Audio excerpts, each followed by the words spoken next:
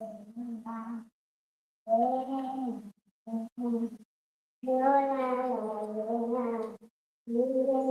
is always my greeting. Greetings from Costa Rica. We come in peace. We come in peace. We come to bring peace to the earth. The peace of the mother, the peace of the crystal core.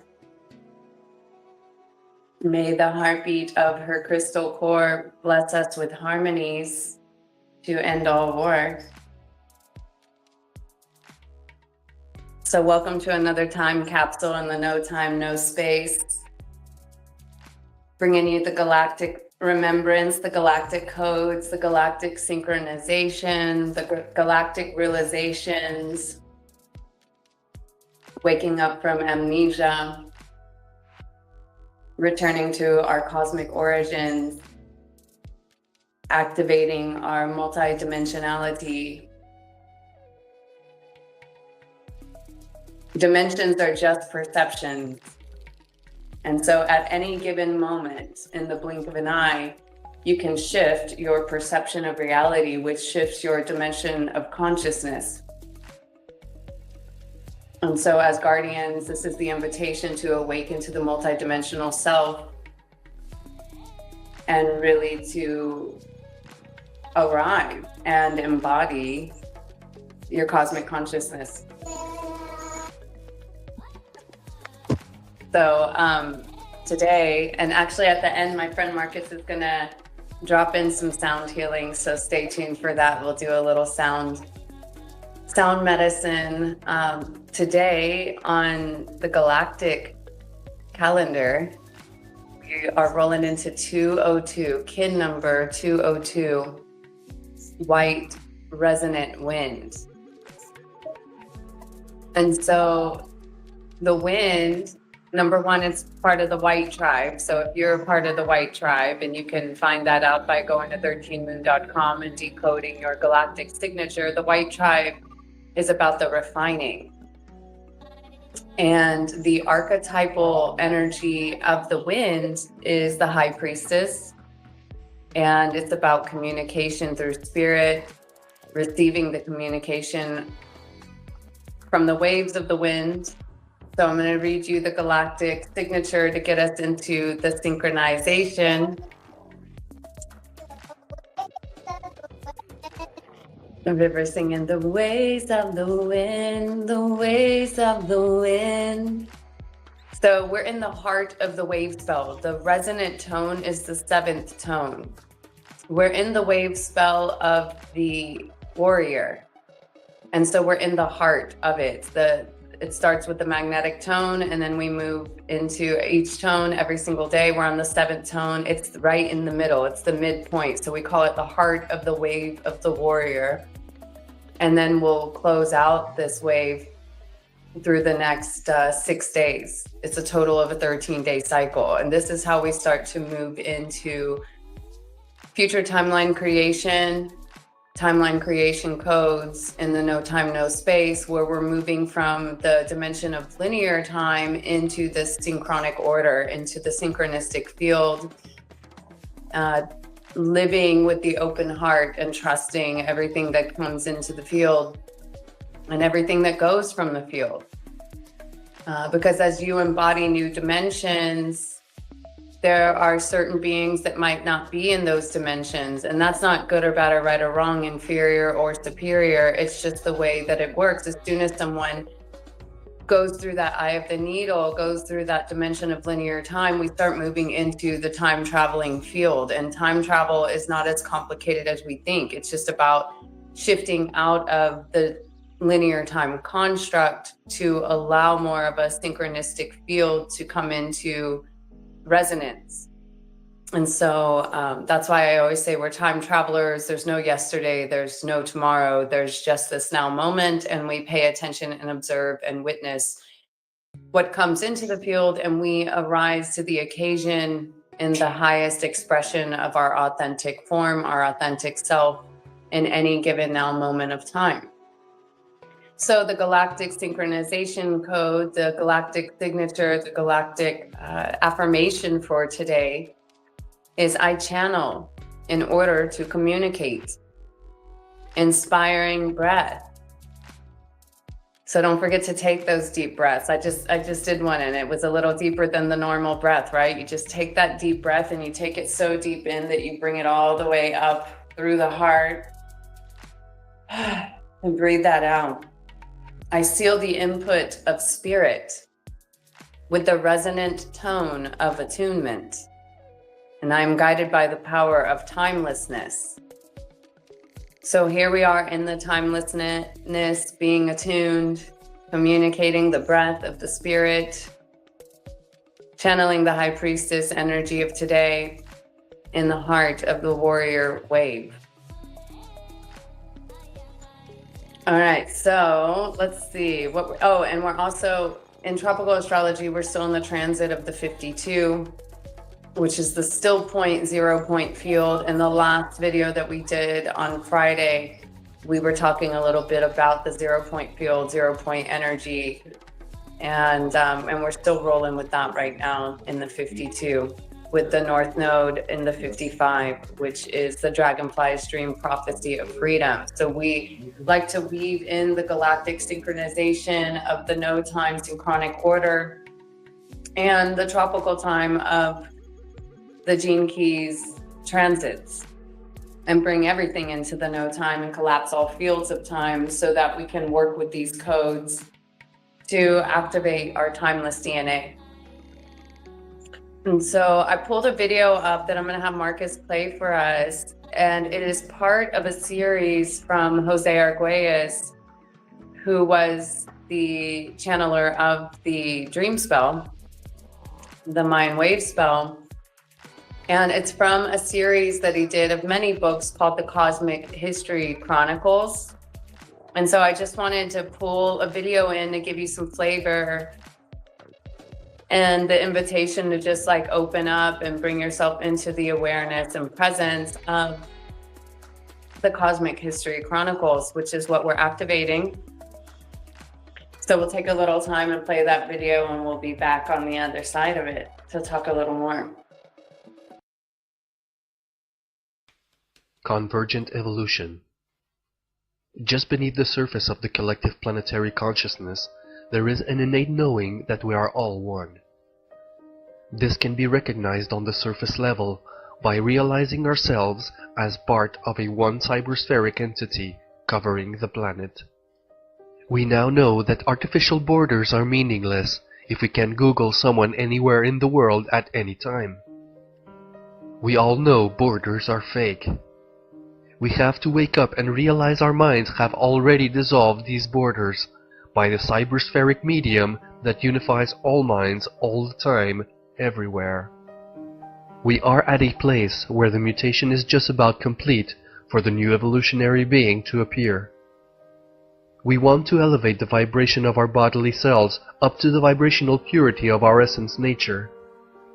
When we have sufficient minds that have attained this vibrational purity, then we will see real magic. After individuation is exhausted, and we are tired of our egos, then we can return to the source and ready ourselves to rejoin the Oversoul and the Noosphere. Then, together we will advance to the next stage. This is always a process, but it is a process we all must undergo alone, as the individual soul dissolves into the ocean of universal awareness. Our job is to see to it that our bodily cells are vibrating at the frequency of our primary intention to take this journey in the first place. Everyone who is alive at this time on this sphere of reality is being tested. It is an across-the-cosmos process. For us, it means we have all come to this planet at this time, and 2012 is graduation. Many of us may realize that this is our last incarnation in this particular process. The meaning of being alive today is that the present incarnation has the opportunity to come to unity with the essence self, the self that caused you to begin this journey countless incarnations ago. We are now positioned to sync up with one another, to raise the collective vibration that brings new life. The refashioned galactic prototypes, Adam and Eve, can finally penetrate through the veil of their full splendor. Cosmic history is the core of this streaming galactic reality, radiating the new consciousness. The texts that you pick up that say cosmic history are the manifestations of an evolutionary salvation resurrection plan. The information in this text is to facilitate the process of the transmutation of your own psychophysical apparatus, the clinging of your mind and body, and the change in vibration of your thoughts and cells, so that you can become a medium of transformation attuned to the superconscious mental level of a higher reality that is starting to pierce and break through the dense clouds of the final stage of historical materialism. This is why you entered the labyrinth of initiation, so that you could come into the full scope of your potential and actually experience, while living, a transformation of your being. This is not just, today I will think a new thought. No, it's far beyond. Through deep attunement to your cellular body, you will experience an entire and complete transformation from within to without. Your normal state of perception will be attuned to the reality of a higher dimension, a heavenly reality of being that alters the perception of heaven and earth. As our being changes, so does everything in our world. This is a process of convergent evolution. At this point, we are converging with invisible cosmic forces at work in nature and beyond. Reality itself is changing in vibrational frequency as we are. At a certain point in the convergent evolution, we will suddenly break through into a charged world where the medium of consciousness opens us into a wide spectrum of interaction with various dimensional levels of psychic realities. These realities exist now, though our veiled awareness fails to perceive. The meaning of the labyrinth of cosmic history is to arrive at our true self. In this planetary initiation, the human is extricated from history and traditional religious dimensions and planted in a higher dimension without invalidating the absolute that has gone before. When you are entering a new reality, it is best to leave old baggage behind. What a great opportunity! Cosmic history provides the great re-evaluation and reordering of all human systems of thought, as manifestations of universal time and synchronic order. Up to the point of manifestation of cosmic history, humans who entered a quest for truth had only a set of number of systems of thought available to them. For example, they could take the Western Hermetic route, or they could study Sufism or Zen Buddhism or Christian mysticism, etc. Cosmic history places viable traditional systems in the context of the synchronic order, where their meaning is renewed and expanded into a cosmic order of perception. Everything is being organized and reordered at this very moment. We are at the final stage of re-emerging with our cosmic identity. We are being given the greatest opportunity ever known, the complete transmutation and unification of the planetary human. We are all breathing the same cyberspheric thought forms, and we all want to have our own individual channels open wider and wider, so that our unique forms of expression might emerge. The fact that we are aware of ourselves as our own channels and mediums is preparatory to being hooked up to the master switchboard, noospheric consciousness. Then we will have realization of merging self-transcendence. According to cosmic history, the last 260-year cycle of the Age of Transformation climaxes in the Great Mutational Shift in 2012-2013.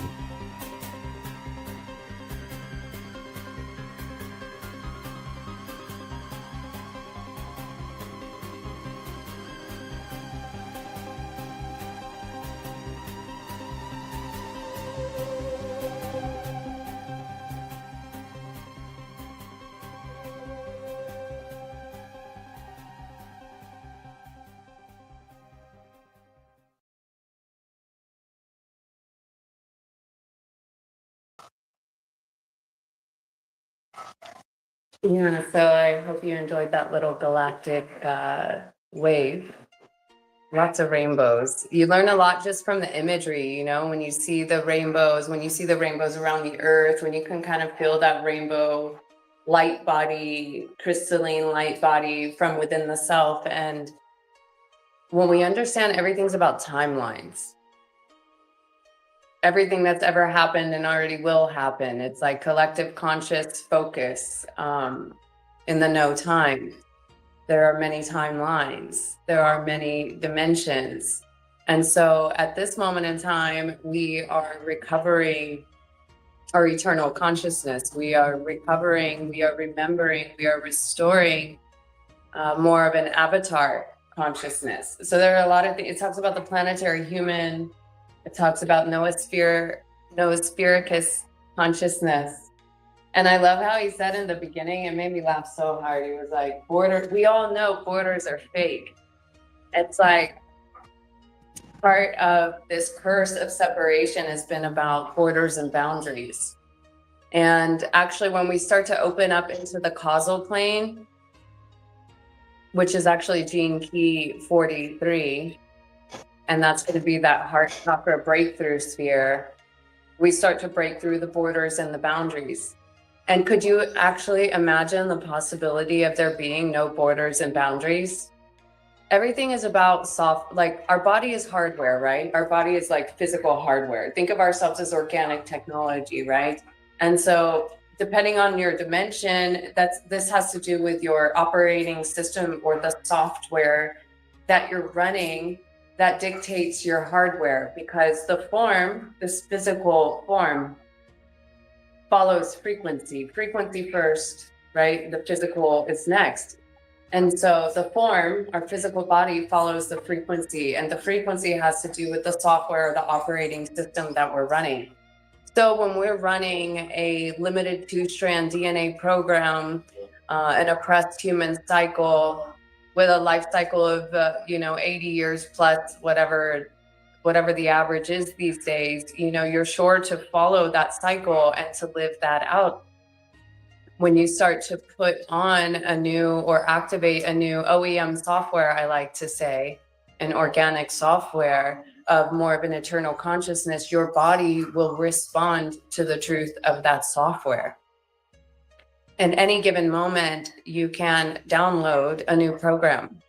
And so when we start to think in terms of this, and we start to work more in the no time, no space, and we're activating our cosmic consciousness, we're activating our cosmic DNA, our eternal consciousness, our body will start to respond to that. And naturally, without any lab and without any med bed, I'm just going to be real about that. We don't need technology plugged into walls to assist in this process. This is a natural, organic process. Once our mind is open to perceiving these ideas, right, which means we've got to start putting together new levels of consciousness, new vocabularies to really start to expand and understand who we actually are. So we've been operating in this limited construct of time, and it's been aging and killing the human race and the earth. And so as we move into this noosphere consciousness, we move out of the technosphere. And so when you think of technosphere, and that actually, I have this book in front of me. It's also by Jose Arguelles, the one that created the Cosmic History Chronicles. It's called Time in the Technosphere, the Law of Time in Human Affairs. So it is through the Gregorian calendar and the inorganic timing structure that we have almost destroyed the earth and created this kind of metal jacket around the earth. And so we're restoring it to the no time. We're restoring it to the noosphericus, the rainbow timelines. And it's really interesting because this information was created or channeled through in the 2000s. Jose Arguelles was talking about the end of a cycle in December 2012. Many people were predicting this or sensing this. And ultimately, some people were talking about how it was going to be the end of the world, but I saw it as the end of time. Now, I will tell you, in 2012, I had no idea of these types of perceptions of reality. In 2012, I was living in the Austin, Texas area. I was working for Dell Computer Corporation. I was working all day, every day, at work 9 to 5, bringing my laptop home, raising my children, and paying bills, paying mortgages. And my body was starting to break down, and I had no idea why. And it was the eventual leading up to a shift in consciousness for me. And I understand now we preordain or predetermine these awakenings. You can't force it, right? It just happens when it is, quote, time. And so in December 2012, and we can all go back and think about, like, who were you? Where were you? What were you in December 2012? And so big shift happened for all of us.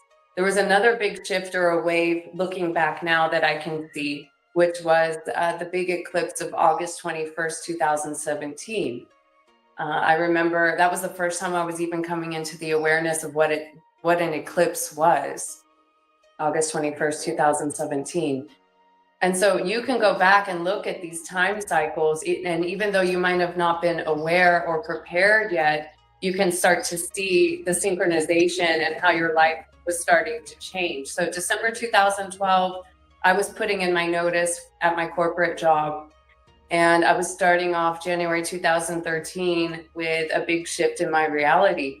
I went through this thing called a 24-day challenge. I went 24 days without alcohol, 24 days without processed food, 24 days without sugars.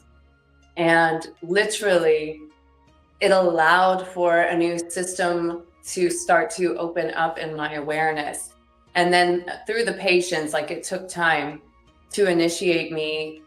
2012, a huge awakening, right? For all of us, if we really think about it, you can go and see how we were synchronized to these timelines, and we were being prepared, and there were things to let go of in order to arrive into a new level of consciousness. So we were starting to go through a mutation, whether we know it or not. And it's interesting because there were times where, like, I went to the doctor for things that were going on in my body, and they're like, oh, we don't know what's wrong with you, but let's take some more blood and let's run some more tests. And they couldn't have known what my body was going through. First wave, I also quit work and left my country. Yeah, you see how it works like that? So we can all look back and see how we were being prepared, whether we knew it or not. Now we can look back and put a little more context. I mean, this is 14 years ago now, right? So everything runs in 7-year cycles. And when you think like that, now you can see it's been, excuse the, we got a little, Eduardo's making banana smoothies, and I'm gonna drink some of mine right now. It's like sweet banana ice cream in the morning.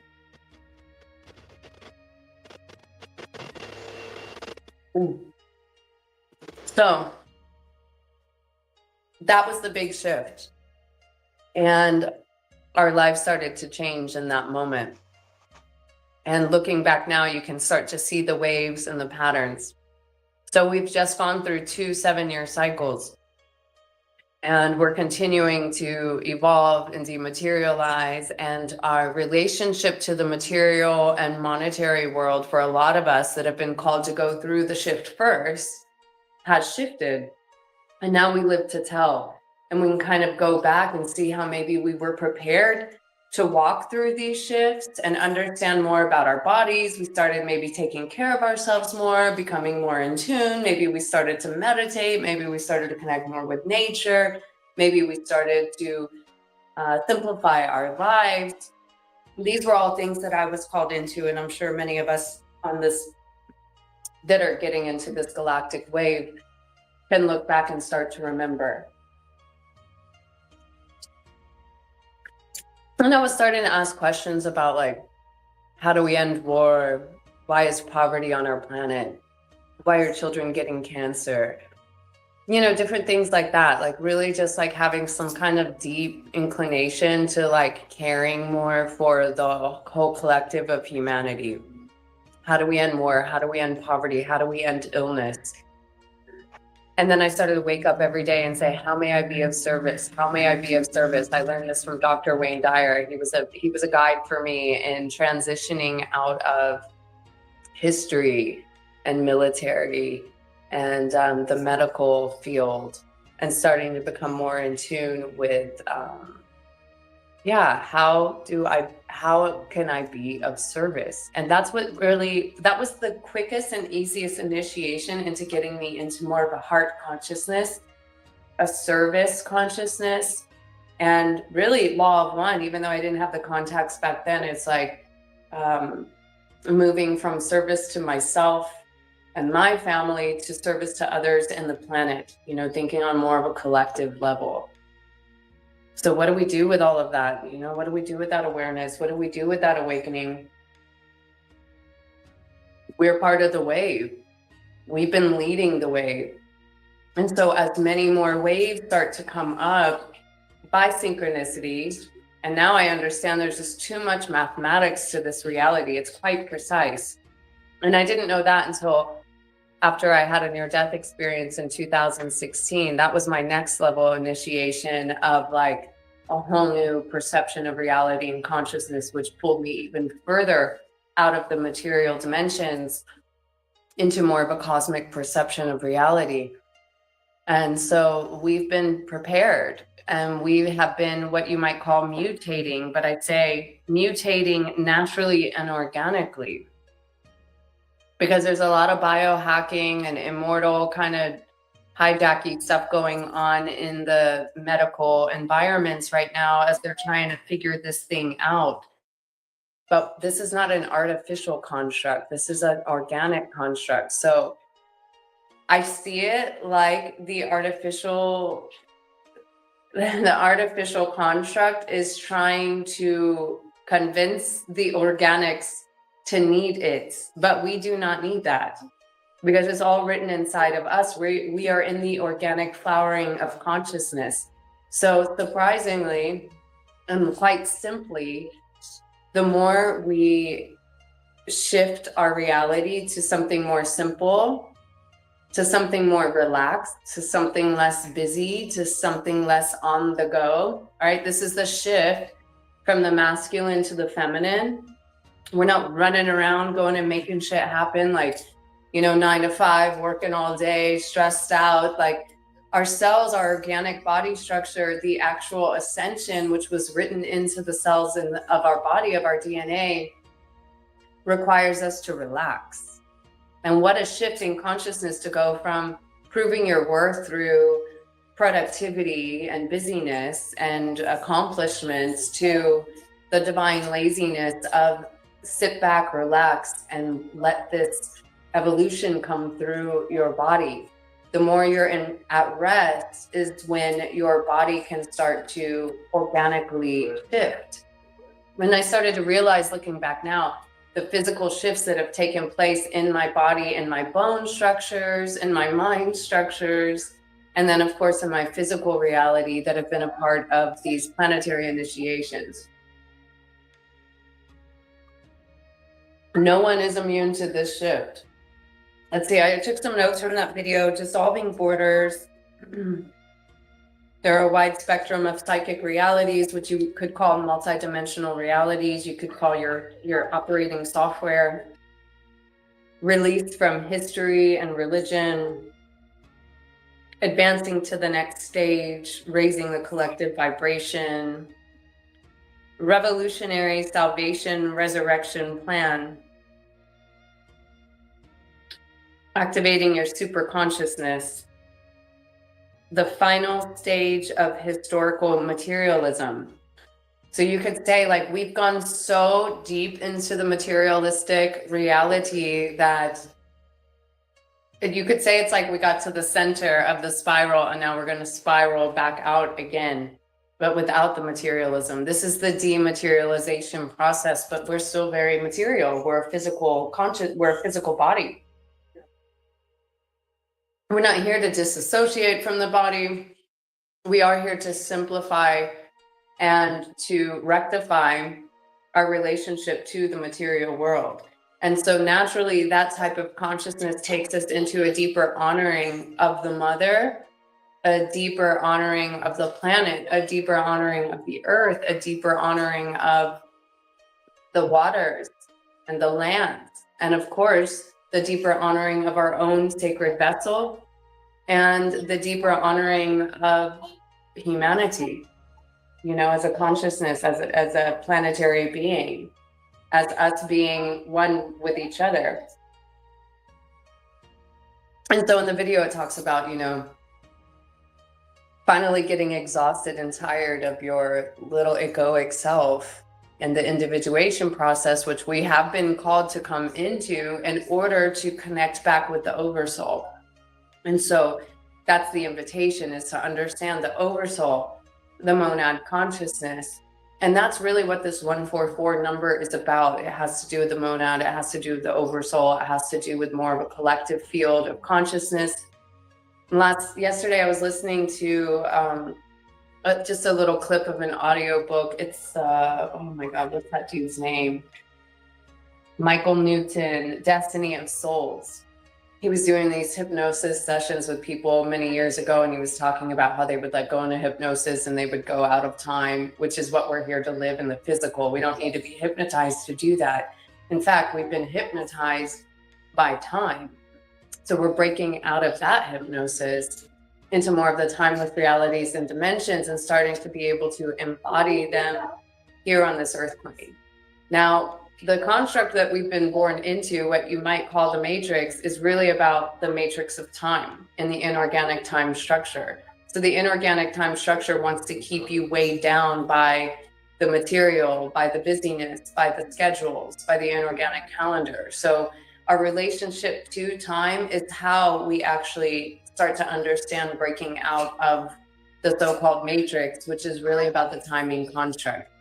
And that's the fascinating part about multidimensionality that I started to learn, is that because there are many dimensions and we're activating our multidimensional realities, that you could be interacting, coinciding, even being side by side with someone that's living in a different timing construct. And you can't necessarily force your perceptions of reality on another. The easiest way to teach or guide is to just be living in that harmonious vibration, that harmonious reality. So we're not here to judge. We're here to live and embody the expression of the truth of this harmonic time, of this peaceful time, to be that harmonic resonance, to hold that field high as a natural, organic, authentic expression and a subtle invitation for anyone that comes into the field to rise into that field if and when they are ready. Now, there are things to do. There are initiations to break through. There are things to lay down. There are things to rewrite in the code and the mind of our constructs in order to rise into that field. And so some people come and some people go. Some people touch the fires of these transmutations for a short period of time, and they take what they can handle, and then they kind of bounce back out of the field, and then they come back in when it's time for them to drink from the fires.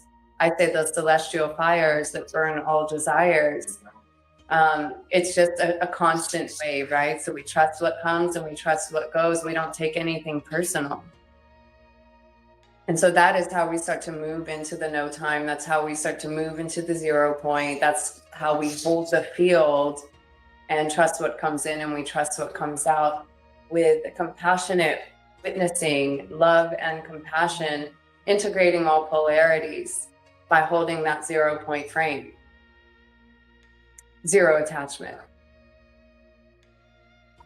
To me, like looking back, when you read any kind of books about enlightenment or from what you would call like masters or gurus or anything like that, it all comes back to living in the now moment.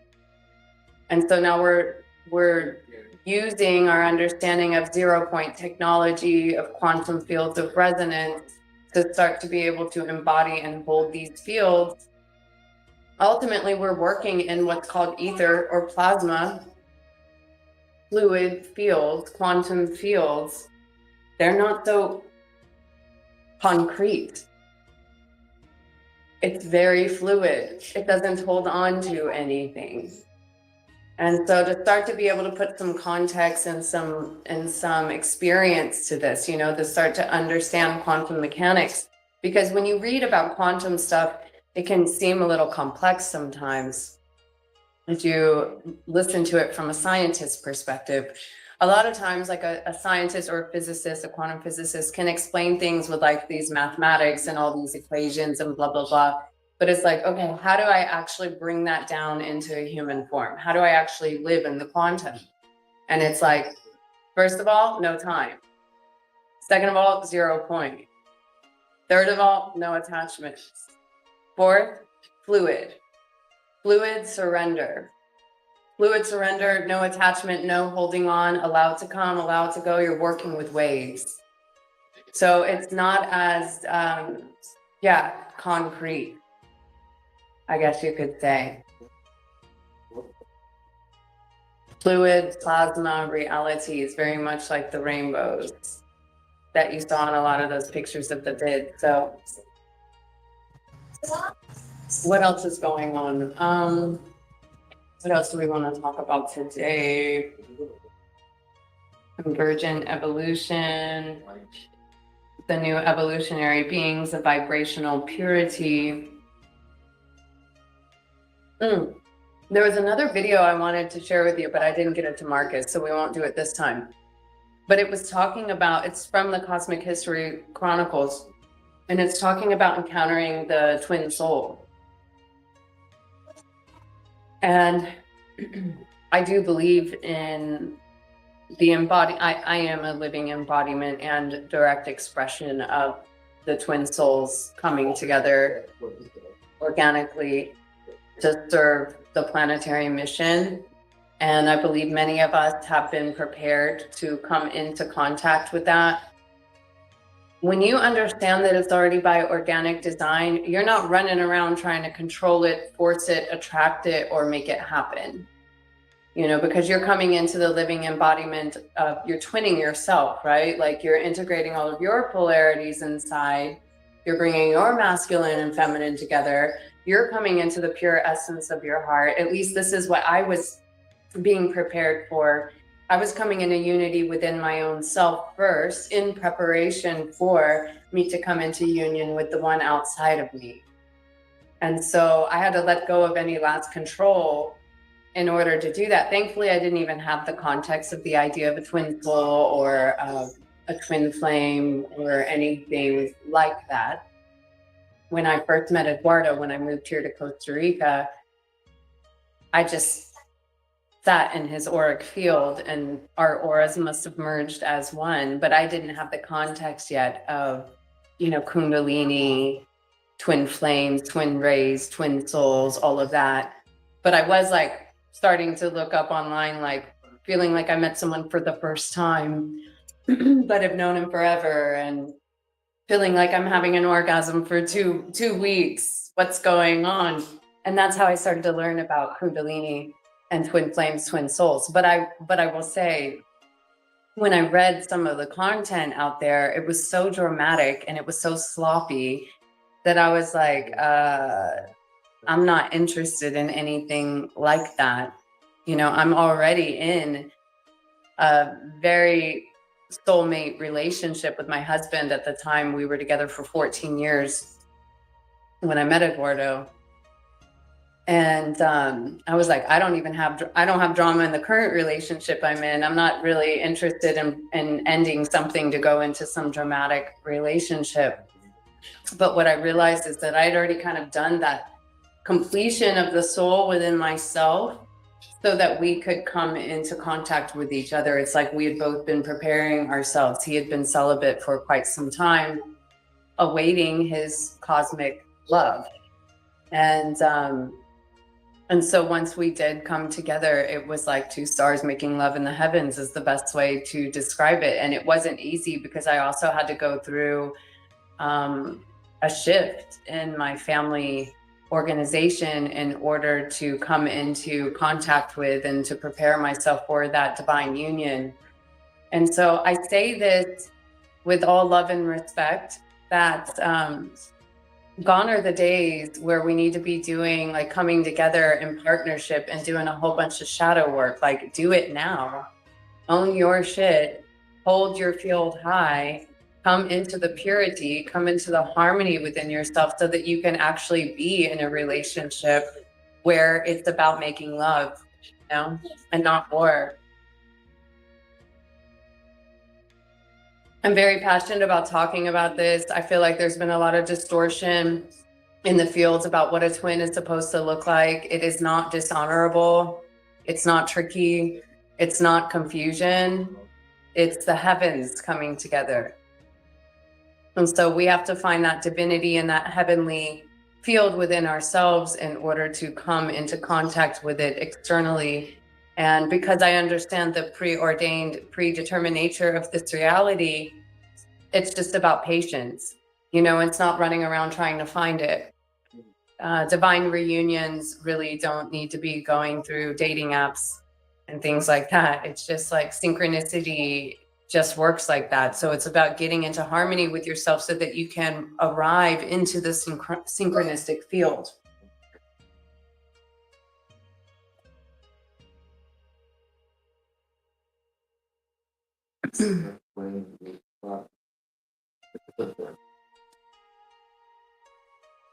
So yeah, prepare yourselves, you know, prepare yourselves and do the work. Clean your dramas and your traumas so that you can come together with the one that's meant for you and hold the field high. I'm going to share a little more of the story actually, because when I met Eduardo, I didn't know I was going to go into the twin flame story, but here we are. When I first met Eduardo, you know, there was a soul recognition of some sort, but I didn't have the context of what this was. It was just some kind of soul activation. And then I started to read how twin souls usually come from miles apart, from different countries, maybe different languages and different things like that. And he hardly spoke English, and I certainly didn't speak Spanish and really still don't. But yeah, there was some kind of deeper auric soul recognition that took place. But now I want to lead this into like the relationship field, because I was in quite a predicament. I was married with 3 children. And so I was trying to make these feelings, these fires that were arising within myself go away. I was trying to push them down, make them go away. I was judging the fuck out of them. I'd been in a 14-year beautiful relationship where I had never even looked the other way. I had never even looked another man, no way. And talk about monogamous devotion and all of the things. And so to come into that field where I was feeling this fire for another person, I was like, oh my God, make it go away, make it go away. What is this? Push it down. You know, doing the inner reflective, like shadow work. Okay, what is it within myself that thinks I need something outside of myself, and all of the things. Eventually, that's how the gene keys came into my life. The gene keys came into my life when I was first, like weeks after I met Eduardo. And that was an interesting thing, because gene key 29, which I call the devotion key, I call it the divine union code. First of all, I realized that he and I had the same incarnation cross, the incarnation sequence, which is called the cross of contagion. It carries the codes 29, 30, 8, and 14. But specifically in the 29, it was talking about how relationships run in 7-year cycles. And if you find yourself in any kind of encounter with a new soul and you're feeling that energy, it's either to reflect back and bring you back to the partner that you're with, or it might be possible that it's the ending of a cycle and the moving into a new cycle. This was all happening around 2018. So it was 8 years ago. It's hard to believe it, because it's all just been a whirlwind and it's happened so fast. So the gene keys were really kind of preparing me for some kind of context and preparation for this next level cycle in my life.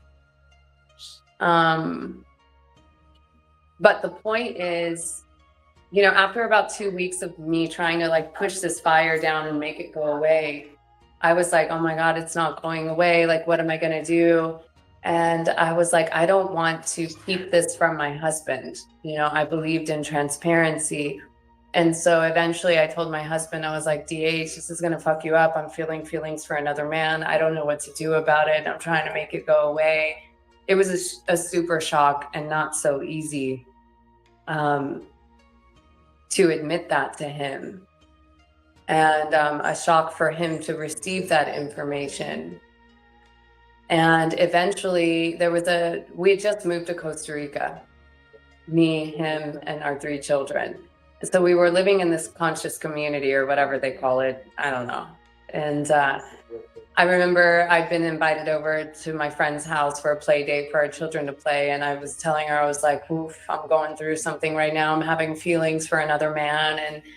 And she was like, so matter of fact about it. She was like, okay, well, why do you feel like you have to choose? Why is it one or the other? And I was like, what do you mean? And she was like, well, me and my partner are in an open relationship. And like, I'd never heard of, I mean, maybe I'd heard like far away about the idea of these open relationships. But this was like my introductory into the context of polyamorous, polygamy, like all of these topics, right?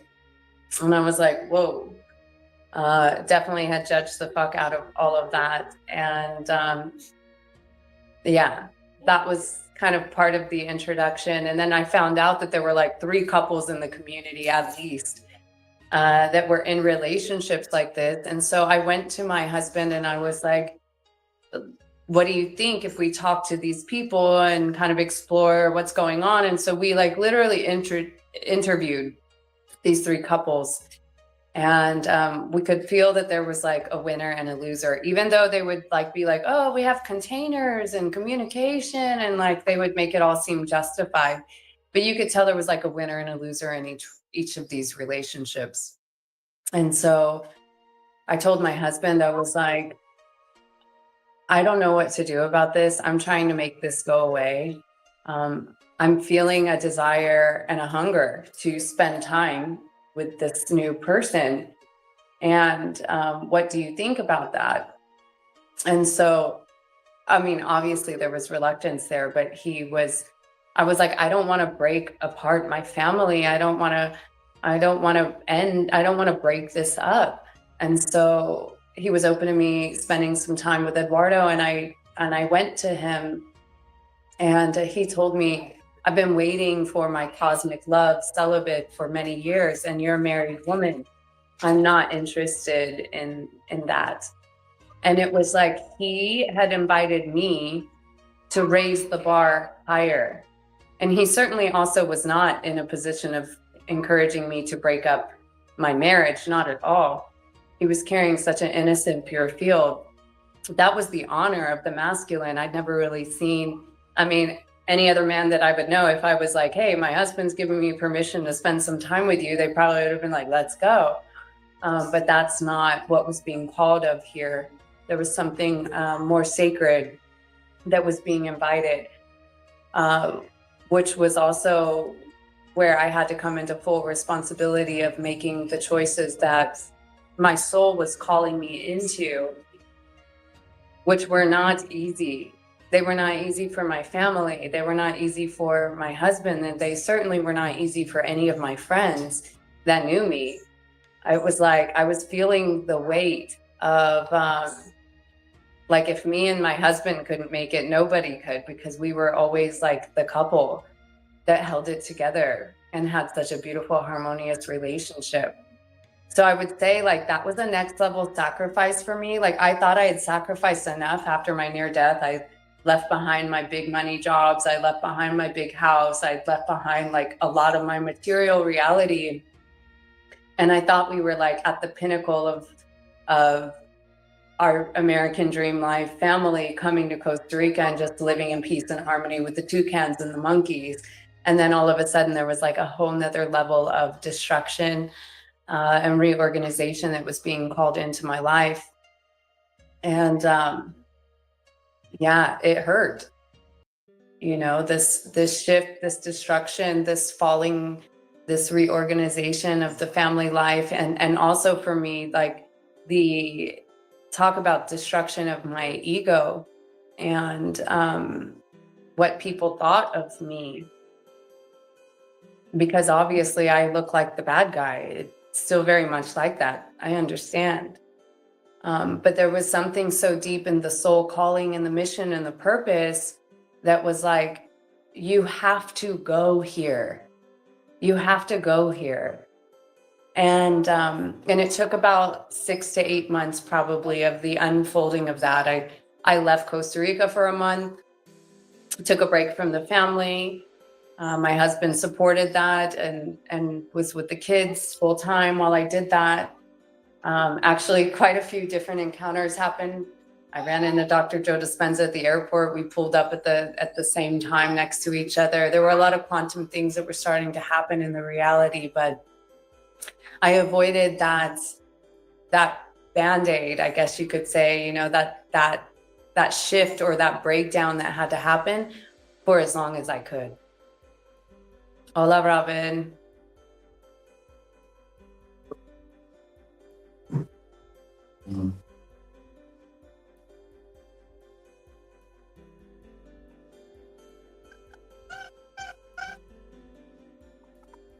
So,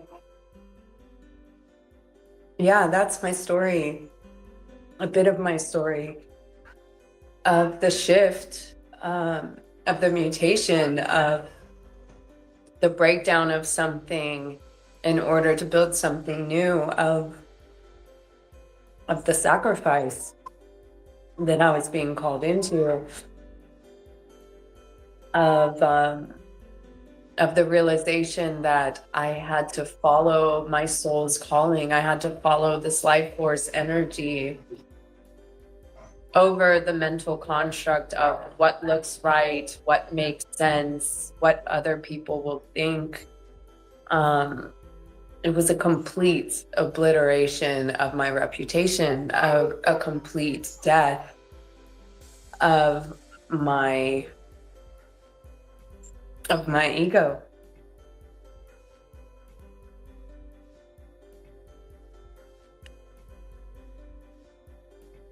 And that was the initiation into this next level of creation that my soul had predetermined for itself. You know, as I would work in the river and spend time in the sun and the water, and I would say, why? What is all this about? Why must I do this? And the Holy River Mother Machuca would tell me, you're here to build heaven on earth. And it sounded like such a fantasy. It sounded like some kind of justification, you know, like, but I had to trust. I had to trust. And then, you know, I started to come into context with the idea of the Christ and the Mary Magdalene story and the Tantra and the divine unions, and reading some of this information and starting to realize I was being called into living this transmission. And when I finally allowed my mental construct to move out of the way, to trust my soul mission, to trust my body, to keep myself in check, and to know that this wasn't just my lower nature desire, you know, that this was truly where I was called.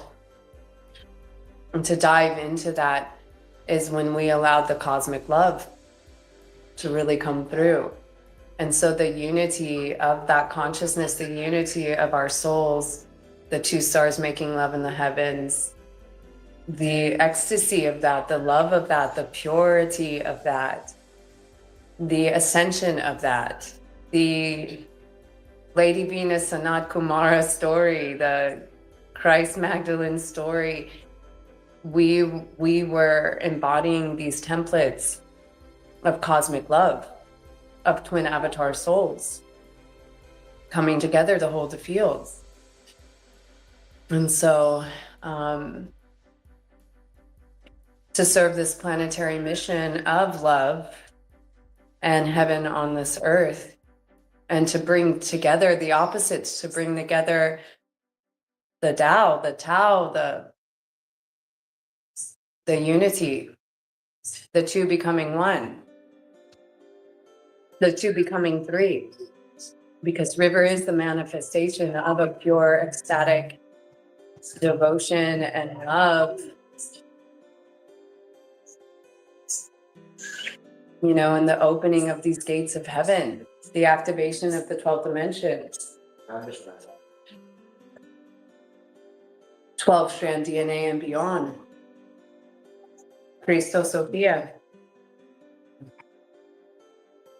Sacred Trinity. And so once we manifested that, and you know, it's crazy because the river had told me I was going to have a child named River. And I was like, no way, I can't have another child. I have 3 children and I'm going through a divorce right now. Like, I can't imagine having another child. And then sure enough, I found out I was pregnant in the middle of the whole quarantine thing. It was like April 2020. And I was like, holy shit, what is happening here? And that actually is when all of the galactic information started coming in. And I knew this child's name would be River, because the river had told me I'd have a child named River. I didn't know if it was a boy or a girl. And yeah, little did I know, that's what took us into our next initiations, which was, again, when we talk about being time travelers and being on the mission and being of service, it's like you literally just surrender and you show up where you're called. You just show up where you're called in the highest expression of yourself. And so while I was pregnant for River, it was about holding the orgasmic field, holding the ecstatic state while she was in my womb.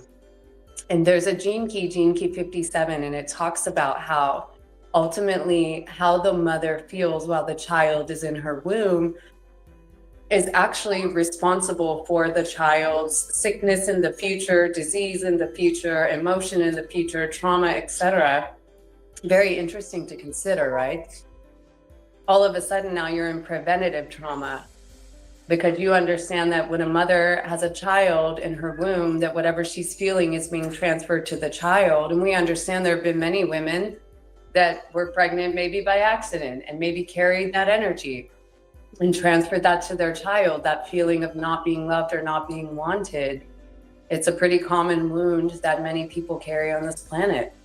And so in my previous, I have 4 children. In my previous pregnancies, I was working all the time. I was stressed out. I was swollen. I was like carrying laptops, going to work 9 to 5 in meetings. I was going to say in council meetings, but no, that's not what they were back then. Now we're in council meetings all the time. Galactic council meetings, as a hummingbird just came by the window. Yeah, and these like, you know, fake office work meetings all the time. And so I was always excited and happy to bring my children into the world, but I was also I was working all the time. I didn't even really have much time to think about taking care of myself, probably still eating fast food and all of the like. And so with River, it was a totally different story. It was making love. It was orgasmic. That's what she was feeling in my body, because that's what I was feeling. It was a constant stream and a constant flow of ecstasy all day, every day. And so by the time that she was birthed into this reality, that's all she would ever know. And then it leads us to this story. Oh, and I was studying the Cosmic History Chronicles, that video that I shared in the beginning. That's just one iteration of it. It's many books. Book of the Avatar, Book of the Initiation. There's a lot out there. You can find the videos online or look at any of these books. Some of them are very technical, but it was fascinating information. And I can't even say that I could perceive this information when I was, before it came into my field. It sounded so fucking out there, but it was like, while she was in the womb, I was just in a constant state of transmission, receiving, writing, channeling this information, and being prepared for her arrival. And so I thought I would have her at home, but 3 days of my water break, my water broke in the Machuca River, the most holy sacred mother river I've ever known. We created the planetary high heart grid with the crystals from that river. We lived on this river for a very long time. She helped me go through the breakups and the shakeups and the wounds of the mother, within myself, to allow my children, to live with the separation on a physical level of my children going back to their homeland and me staying behind here. But we started to have after River was born, it was like many people, many stars from all over the world, from Estonia and New Zealand and Mexico and England and Canada and all of the countries coming to visit us. And we would gather these crystals that the Holy Mother River Machuca would give us. And we would send our star family with these crystals, and we would say, keep one for yourself, and please put one in the water when you return home. And so this was ultimately a grid work mission of activating the planetary high heart chakra. That was our intention in doing that. And so anyways, one day I'm swimming in the river, 9 months pregnant, I'm 5'1", I'm a little one. But, I'm always having these like 8-9 pound babies with 5-pound placentas. The Vatican loves placentas, in case you didn't know. Every time I would have a baby, the doctors would be like, wow, your placenta's as big as a normal child. I didn't know then what I know now about what they do with our placentas, but go look it up if you don't know. And so anyways, after I stand up out of the river, my water breaks. And so for 3 days, there are no contractions. And that's pretty much happened with me with every single one of my children. I ended up with 4 C-sections. I live with the scars of that, the wounds of the mother, 4 C-sections. It's really crazy what they do, cutting your abdomen open like that. It's so great. Aliens going into, talk about abductions, going into a hospital and getting sliced open. But anyways, I'm grateful that I had my children exactly how I was designed to have them in this particular reality. There are no regrets, including that I ended up in this hospital to have River, even though I thought that I was going to have her naturally. And that put a little bit of a concern within us, because we were, at this point, very anti-vaccine. My first 3 children, I had no idea what the medical institute was all about. I thought I was here to trust them. I thought they had your best interest in mind, all of the stories. And I thought I could trust them.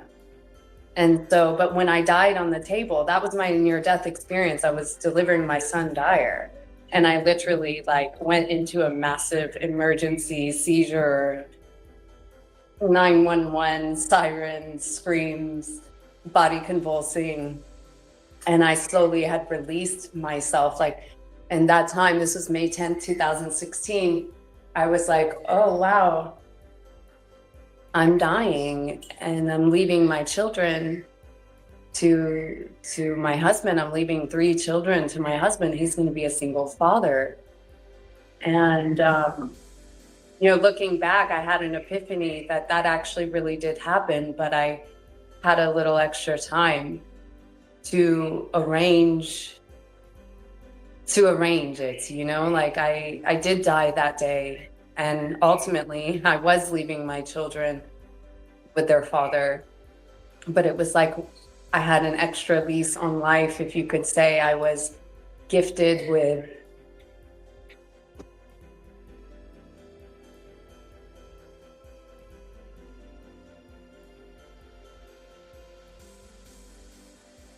like a grace period, because I did die that day to who I was. But there was some time to prepare.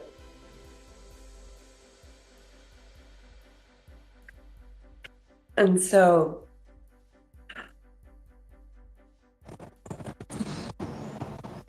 I'm very grateful that I had those 3 years to go through that process, but then ultimately to send them back home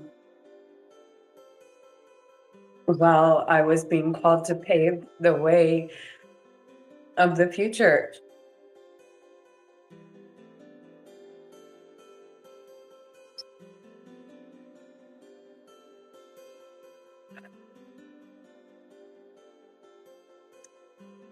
And to be able to sustain, to heal those wounds of the mother.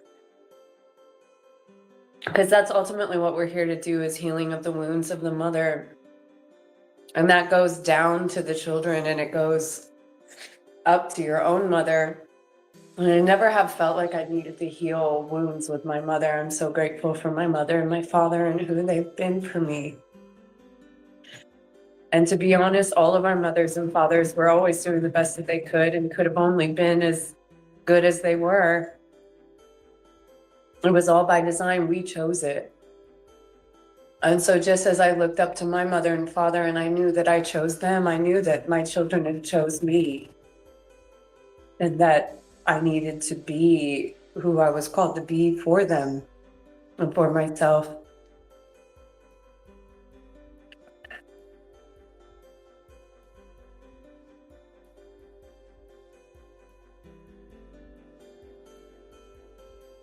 And so, yeah, healing of the wound of the mother. Didn't expect to go here today. Thank you all for being with me as I process this emotion. And yeah, it comes in waves sometimes, you know. It's like, I know that I know that I know the mission that I've been called for. And I know we hold the future for all of our children.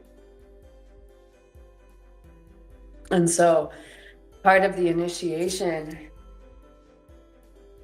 you know, was like, once I went to the hospital to have River.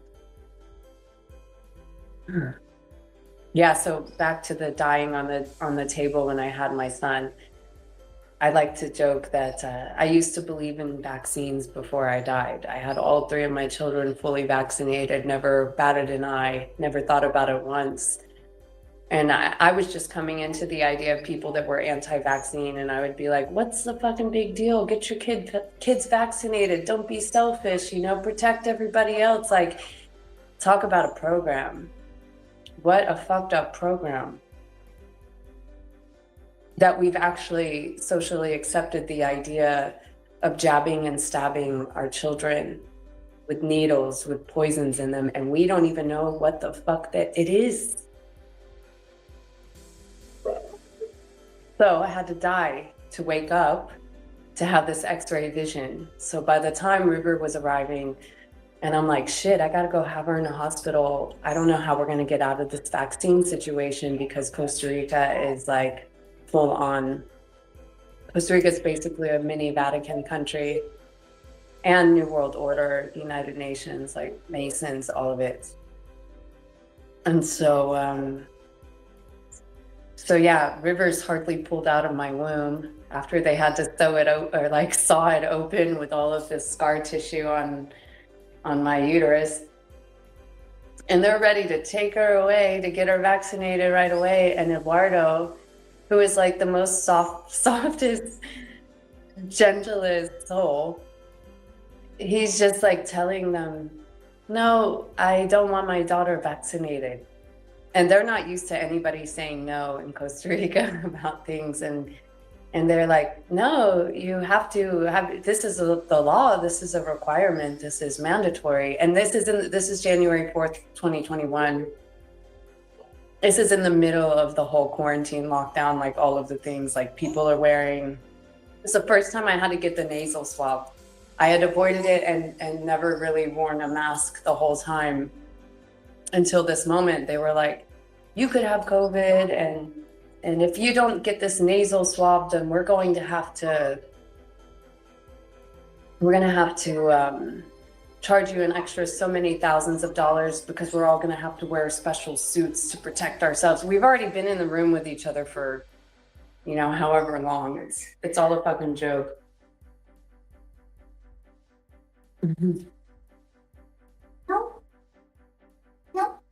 So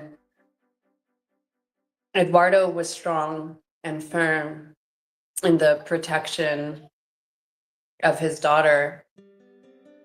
And less than 24 hours later, after this massive surgery of my abdomen, we're out of there. Like, they pulled all the stops. They brought stacks of paper. They brought many visitors. They told us that they had to do this. And we were just like, no, no, no. And then, yeah, less than 24 hours later, I'm on my way home, bumping and riding and pain and all of the things. Like in the US, you know, you have a C-section, you're in the hospital for 3 or 4 days with $100,000 bill. Here, it was so crazy. It was only like $5,000, $6,000 for the total surgery. Got 4-wheelers down the road. And so anyways, we thought we were clean of it. We were like, we're out of here. We did it. We stood up. We said no. We protected our rights. And yeah, and then the next thing you know, I don't know, maybe a week later, I'm breastfeeding my daughter, and I hear a honk at the gate, and I look out the front window, and there's a very official looking truck with an emblem on the side, and a woman standing outside with a face mask and a full like hazmat bodysuit on, and they're calling for us. And I'm like, Eduardo, what the fuck? What is that? And on the side of the car, it says PANI. And the PANI is the Child Protective Services of Costa Rica. Yeah, protecting children, my ass. I think we're all getting to that point now where we're starting to understand that protection and justice and responsibility. Yeah, hospitals, child protective, governments, hospitals aren't what you think they are. This is where you start to recognize not to give your authority away to any government or medical institution or laws, mandatory requirements for these things. Hopefully we're all starting to open our eyes and learn and see the damage that's been done. And so, yeah, what a shock to me. Like, I'd been in the 0-point bliss ecstasy state for a long period of time, but now I've got officials at my door giving me a ticket telling me that I need to vaccinate my child within 3 days. And I told them, oh, I'm going to a doctor. I'm going to see a doctor, a private doctor, and we're going to get it all taken care of. Now, little did they know, but maybe they did. There are certain doctors here that you could pay to get fake vaccine signatures. Yeah. What would you call that? Like elite, not everybody has access to that, you know what I'm saying? But pretty much in my community, everyone that had a child knew that they could go to a doctor and pay a little money and get some fake documents. But because the doctor knew that the Child Protective Services had been in our house, he didn't sign everything on there. And so, yeah, that led us into probably 2 or 3 years of running. But we were so attached to that heavenly divine house and that portal. I called it the Temple of Love, and we were on the Holy Mother River. It was like they would come and we would go.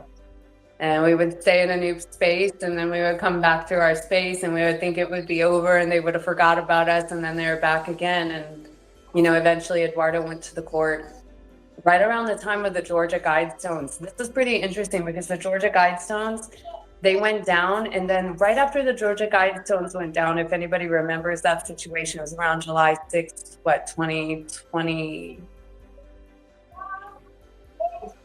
I don't know if it was 2021 or 2022. That's when I heard about CERN. And that's pretty crazy because today there's a lot of news about CERN shutting down today. So it's a pretty interesting concept. CERN had never even come into my mind until that time frame, that timeline. Anyways, Eduardo went into the courts. I didn't go, even though I was supposed to. And from there, we just slowly dematerialized to another level, dematerialized my bank account, my phone number, my address, my location, my name.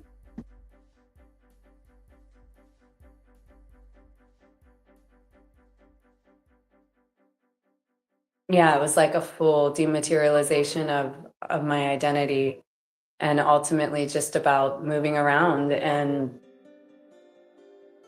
saying no. I've always had this like vision, maybe it's a fantasy, of the idea that we would take down this whole motherfucking system.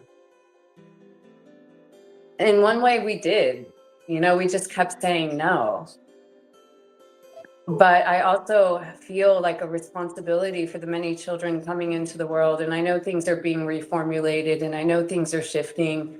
And I know the consciousness is expanding to where we understand that we shouldn't be doing this. This is a part of a negative alien agenda. This is the targeting of the Christos bloodlines. You know, dodge the hijack, protect your children. I was guilty of it too. I took my children in, sat them on the table, told them not to cry while they got their jabs so I could give them a lollipop, you know, and then take them out for breakfast afterwards, for pancakes and whipped cream, I don't know. You know, I've had to forgive myself for that.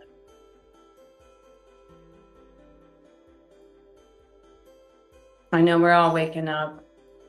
I hold compassion and love for all beings.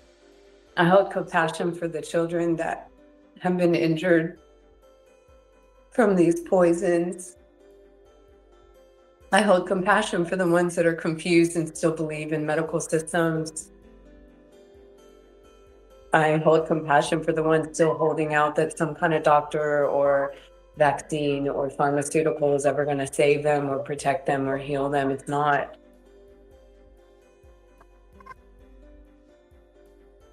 And I hold the mission of a messenger from the future that we must take back our sovereignty, that we must take back our freedom, and that we must be responsible for our health, for our body, for returning to the light, for remembering how to take care of ourselves, for being responsible for what we put into our bodies on a mind, body, and soul level.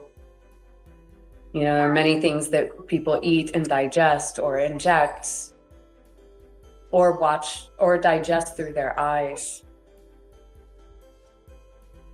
you know, that are keeping us from returning to the light, that are keeping us from ascending.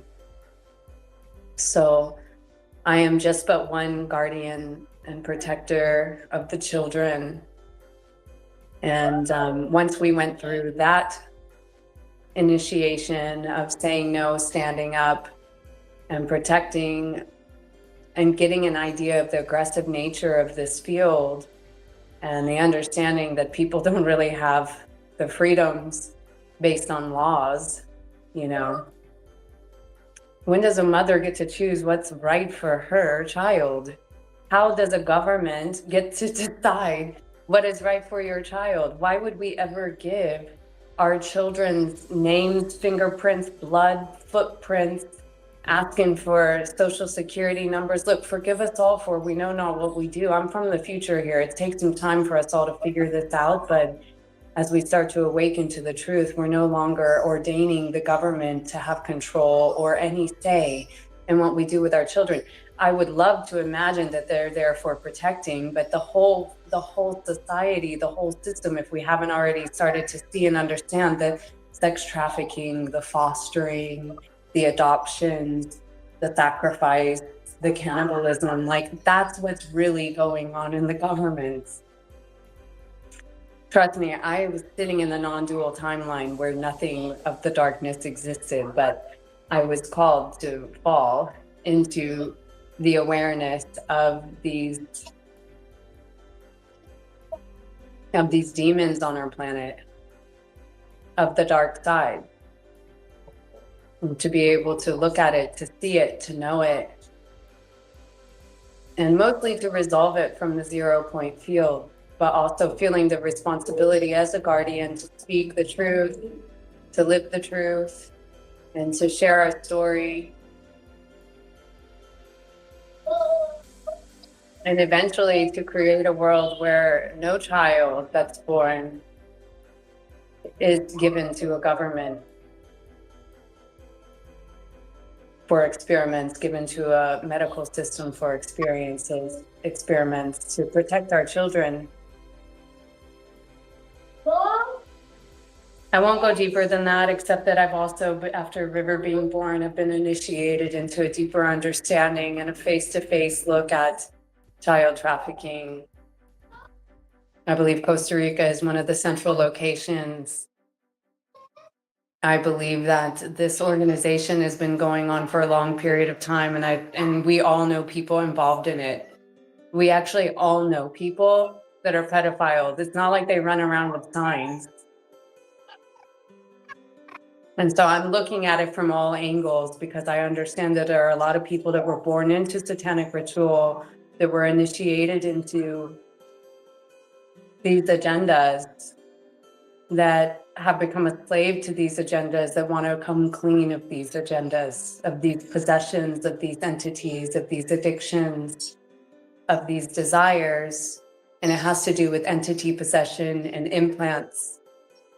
And so that's been a lot of the work that Eduardo and myself and River have been called into. It's to hold the Trinity field of purification, to invite any and all to return to the light, to extract implants, to restore the original soul blueprint, to return to the crystalline, to invite all to rise to the light, to invite all to lay down their lower nature desires, to return to the oversoul, to return to the mission, to hold compassion, love, and grace for all beings that feel the call to return and to turn from their wicked ways, to turn from their shadows and their addictions. And that's what Gene Key 30 is about. It's the rapture. It's the purification of the lower astral body.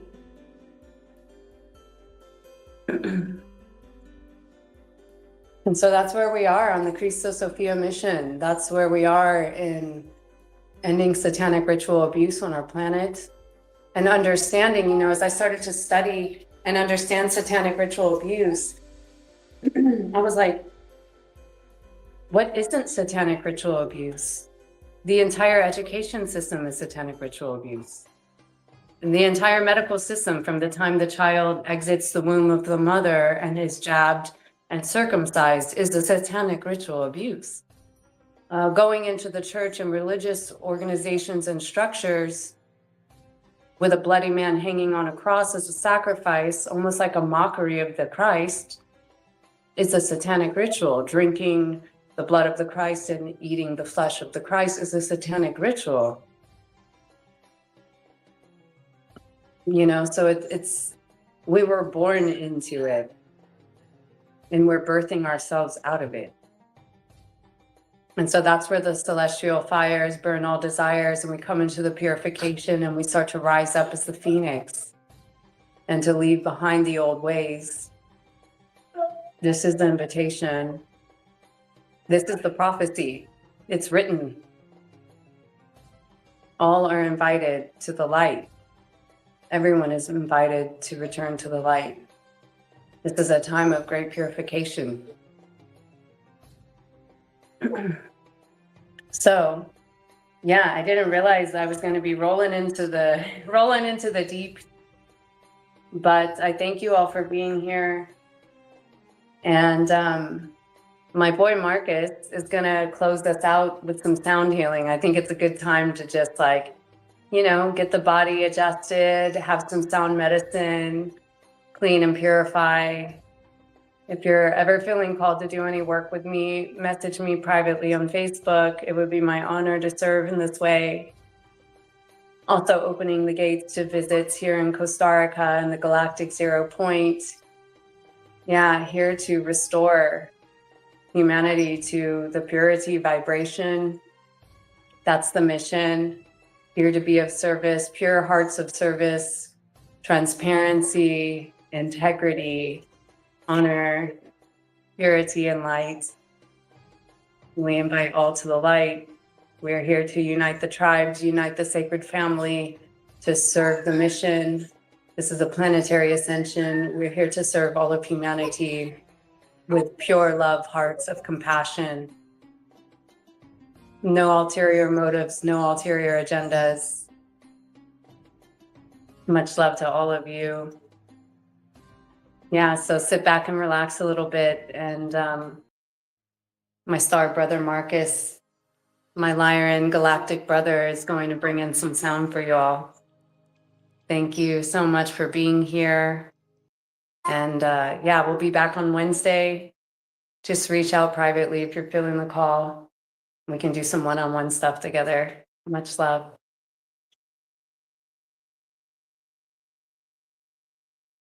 Love you, Robin. Thanks, Marcus. Love you.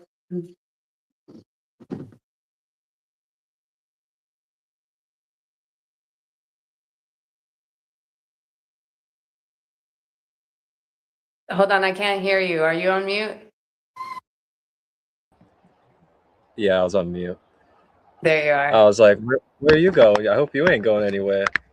No, but I We do need you- need to go on a pee break really quick. So maybe you want to Okay. wait and you can talk for a minute and then we'll get the sound started. I'll be right back, okay?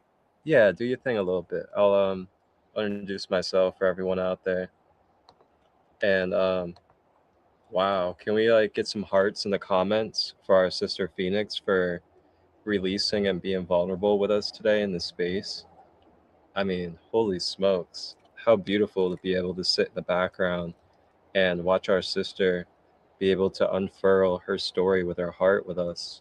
So vulnerable and so deep, the things that she shared about her journey and what's taken for her to become who she is today.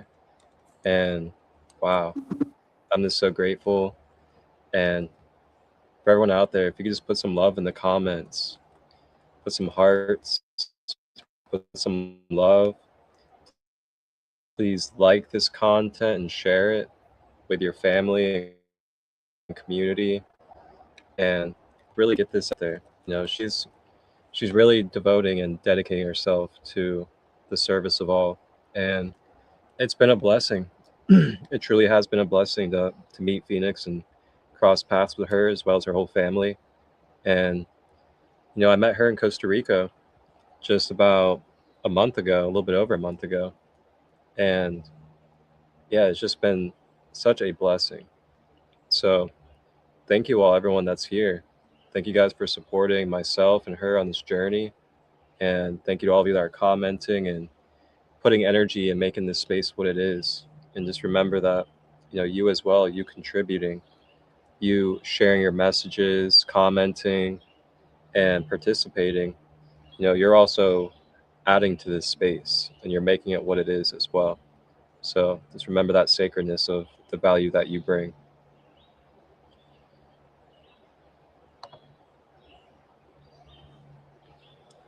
I love how she is playing with you in this format. Yes, indeed. Same. This is, I was just reflecting on it as she was sitting there in tears, talking about her journey. I was just talking about just how beautiful it is to be able to do this in this type of way. And, gratitude for the technology we have to be able to just sit in our homes comfortably and be vulnerable with each other and talk about our emotional alchemy.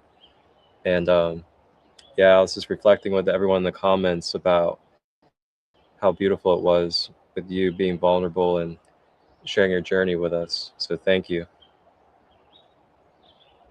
Thank you so much.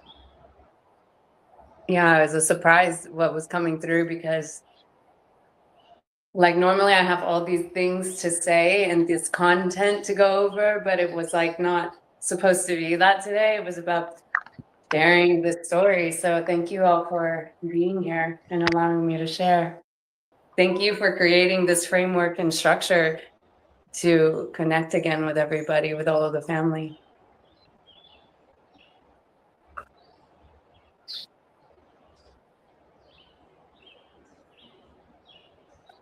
Ashe. All right. Are we ready to go into sound therapy?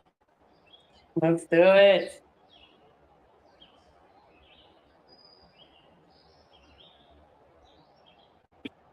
Don't forget to stretch your spine, Let's go with you. everyone.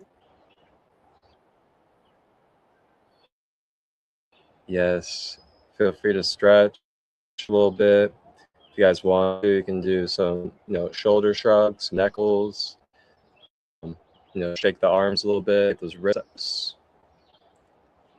Maybe even do a little bit of spine turns to the right and left a little bit.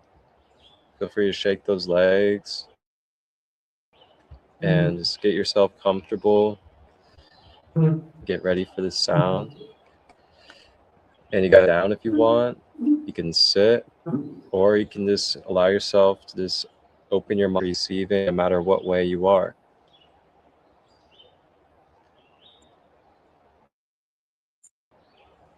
And of course, just remember a beautiful breath. Just taking deep, conscious breaths. Breathing, if you would like, in through our nose, and then drawing that breath down the body, and breathing out of the mouth, and just flowing with that breath. Oh, what you got there? Well, this is that magical Andara, the prophecy stone. It's opening up that throat. Oh, yeah. Galactic revelations, galactic Wow. memory, Chintamani.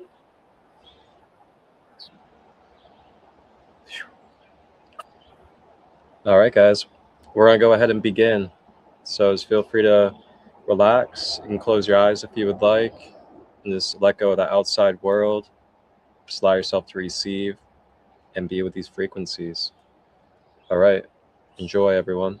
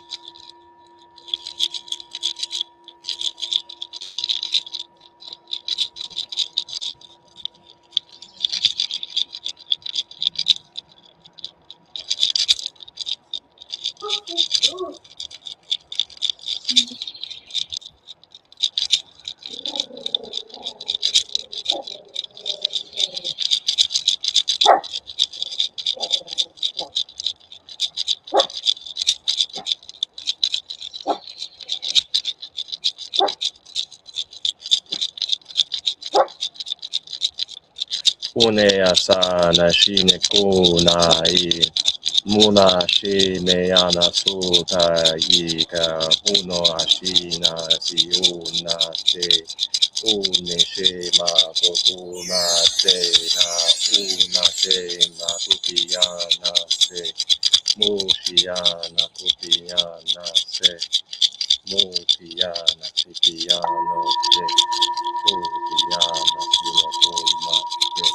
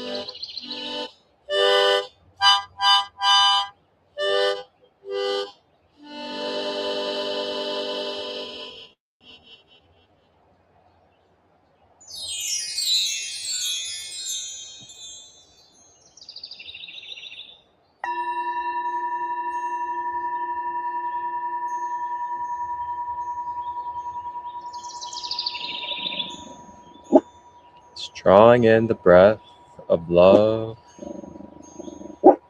and just feeling the frequencies.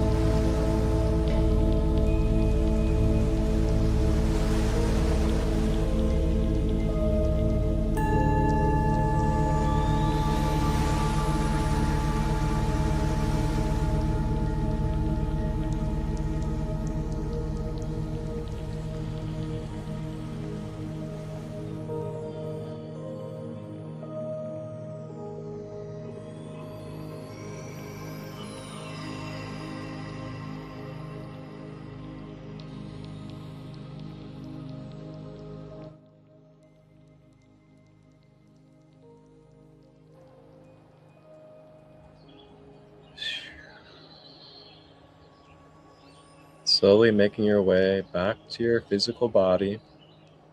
And when you're ready, opening your eyes and coming forward. Ashe. And there is literally a dragonfly sitting on my laptop right now. It's staring at me. And it's just sitting there. It's been like at least 30 seconds now. Still sitting here. Maybe he'll let me let you guys see him. Let me see. Dragonfly is like my left or right shoulder totem. It's Gene Key 55, the Dragonfly's dream Oh, prophecy. oh, is he gonna let the moment get captured? Is he gonna let the moment get captured? Oh, he's staying. He's staying. There he is. There he is. Little dragonfly medicine. If that doesn't speak volumes a little bit to you.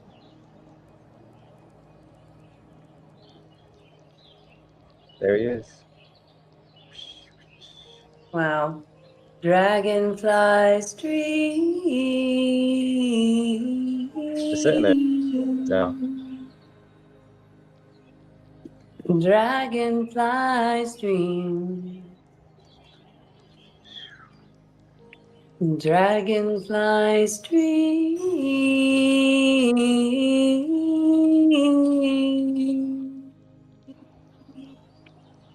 Dragonfly's Wow, he's nice and really close. dream.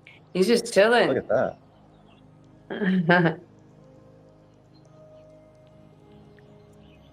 Yeah, this is the North Node of He's humanity. like, This good job. Dragonfly's You guys dream. did it.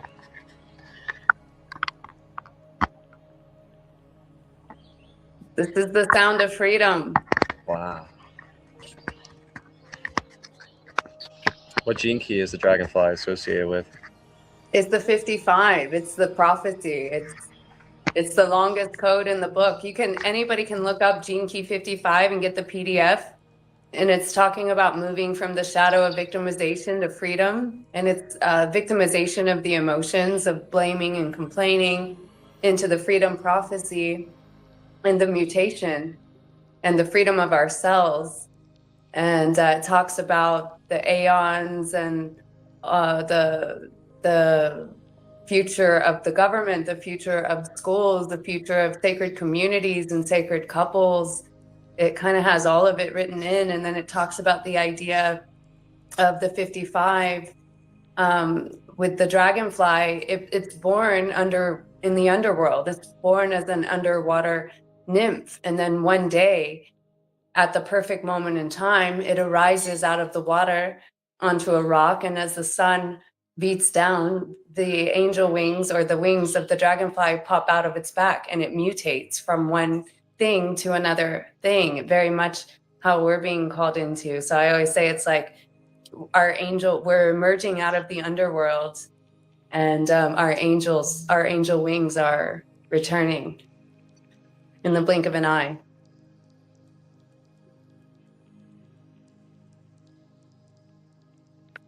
It's the North Node of all of humanity right now in tropical astrology. And so the nodes just turned to that about maybe a month ago. So we've got some time in this 55.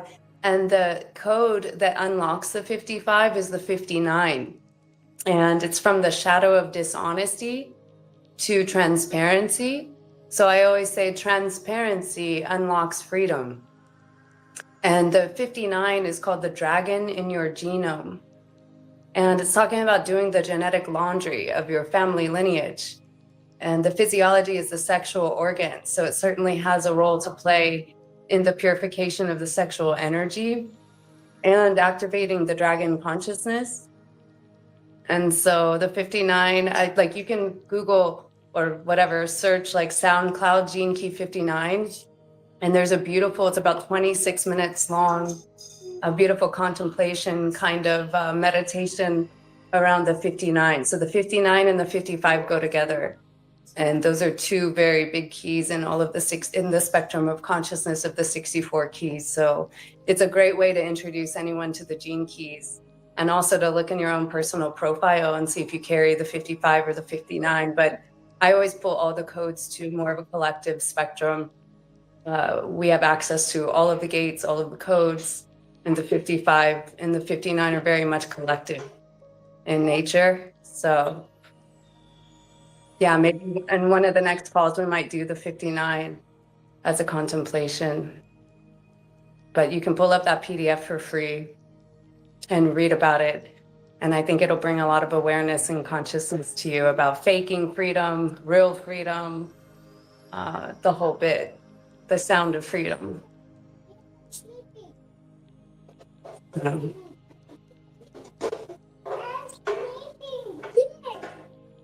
The dragonfly's dream. I wonder if there's something I'm supposed to read from it. Get my Dead Sea Scrolls book out. See what the 55 is talking about. The dying of drama, the reawakening of the solar plexus. Oof, let me read this one. It's just a nice little couple. I wrote Gobekli Tepe and Tartaria next to it. The reawakening of the solar plexus and the riddle of the aeons. Much of the 55th gene key transmission concerns the future of our species as it moves through the great change.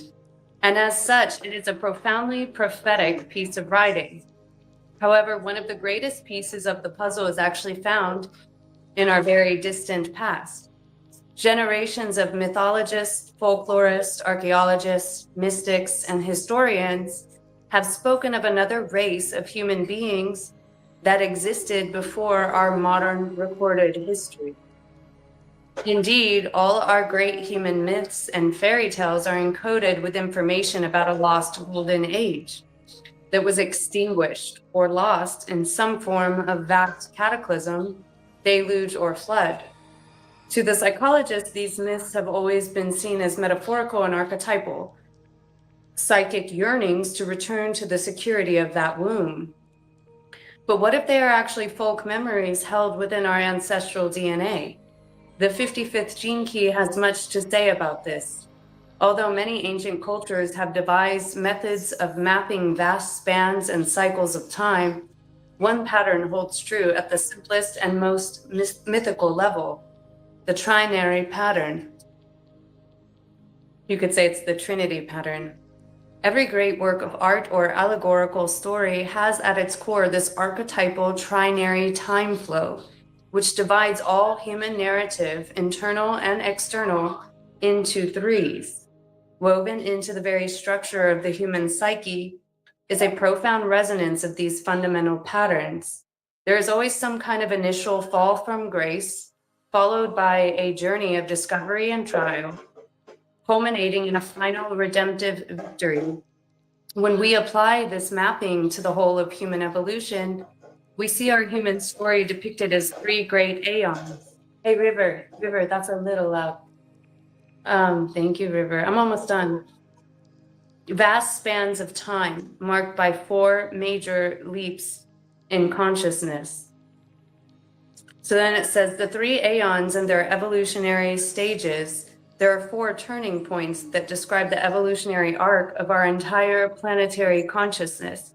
Essentially, this threefold pattern describes three distinct evolutionary stages culminating in a fourth transcendent stage, a tetrahedral geometry of consciousness, the theory of involution, and the 7 root races. So actually, then it goes through, this is page number 430. I don't want to read the whole thing to you guys today, but you can pull this up online and access it for free, or if you have the book, you can check it out. But it is talking about the involution of the soul.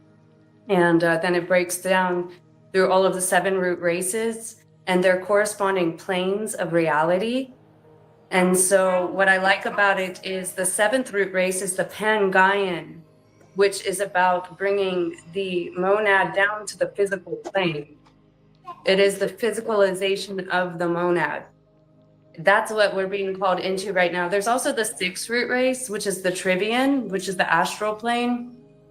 And so some people, like the gene keys would talk about that we're moving into the 6th root race, but the 7th is here as well. And so the 7th is the Pangaian, and you could think of that like Pangea. You know, the idea that we all learned about this in school, where all of the continents were connected together until they weren't, and then it shows the separation of the 7 continents, like 7 bodies. And so the Pangaian is like Pangea, and it's like all the root races coming together. But see, the difference is we're coming into the physical form on the ground in the earth plane.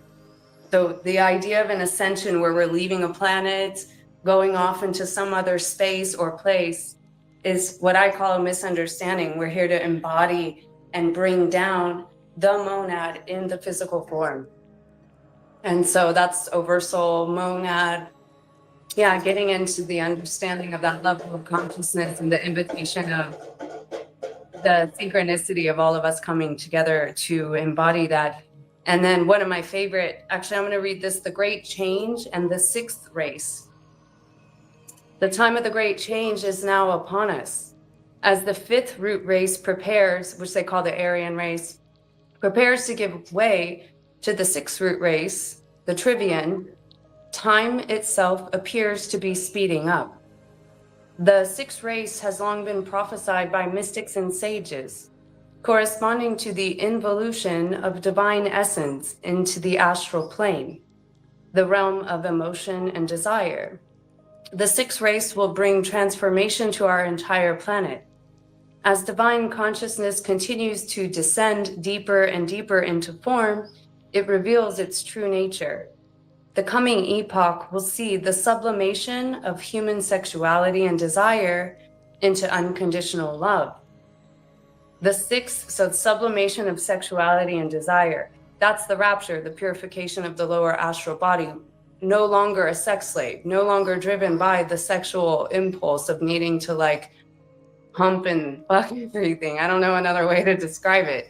It's like we're moving into more of a Christic impulse. There's such a massive love, balance, and equality for all beings in that field. We're no longer controlled by the animal impulse.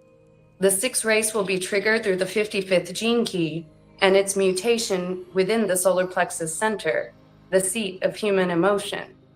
The Trivian race heralds the awakening of this center and will allow human beings to experience once again the universal quantum field connecting all beings. This reawakening is not a retrograde movement into a past golden age, but a new integration of the three lower planes, the physical, astral, and mental, into their higher counterparts, the causal, buddhic, and atmic. The seventh and final root race, the Pangaian, really lies beyond words. It represents the integration of all the kingdoms of Gaia into one single vibrating presence. It is where spirit and matter become one, and where the divine monadic essence shines through the physical plane, allowing it to ascend. It is the kingdom and heaven coming to earth. The ending of the trilogy and the return to Eden. Humanity and our whole planetary consciousness now stands at its greatest threshold to date, the final phase of the trilogy and the eventual resolution of the riddle of the aeons. This is such a rare event in the unfolding of consciousness that it brings about vast shifts at every level of life. What is coming seems so fantastic that our minds cannot stretch far enough to encompass such a reality. As our fairy tales tell us, the third time is the charm and always brings redemption. Indeed, all our great myths, films, romance, and dramas culminate with some form of synthesis. Without this synthesis, our hearts feel incomplete. It is always at the very end, when we have all but given up hope of redemption, that liberation comes. It comes in a great tidal rush, playing out as a trinary pattern of testing and release that is so familiar to us that we ever find ourselves yearning for that happy ending. We yearn for it so deeply because it is stamped within the genetic structure of all life forms in our galaxy. And because it is in our DNA, our final destiny must and will be to witness the rebirth of Eden and live peacefully in the garden forever and ever after. So I think it's really important as we hear this that Eden is written into the DNA. And so anything of an interference pattern of a destruction timeline, of an Armageddon timeline, or anything like that, or even a going to Mars type of timeline, if it ain't Eden, it ain't written. Anything else is a distraction from where we are returning to.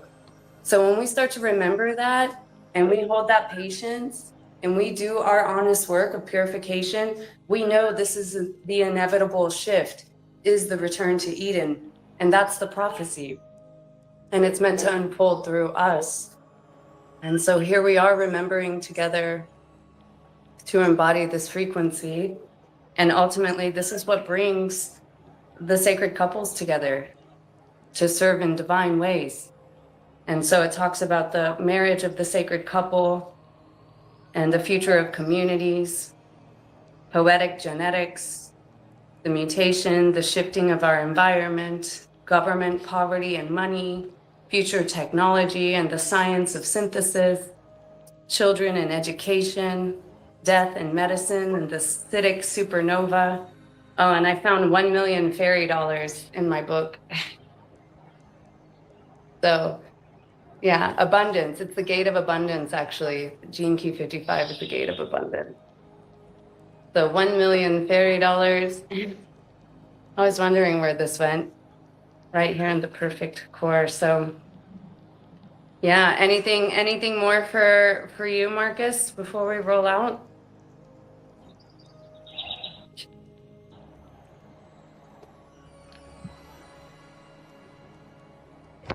Yeah, I do want to share.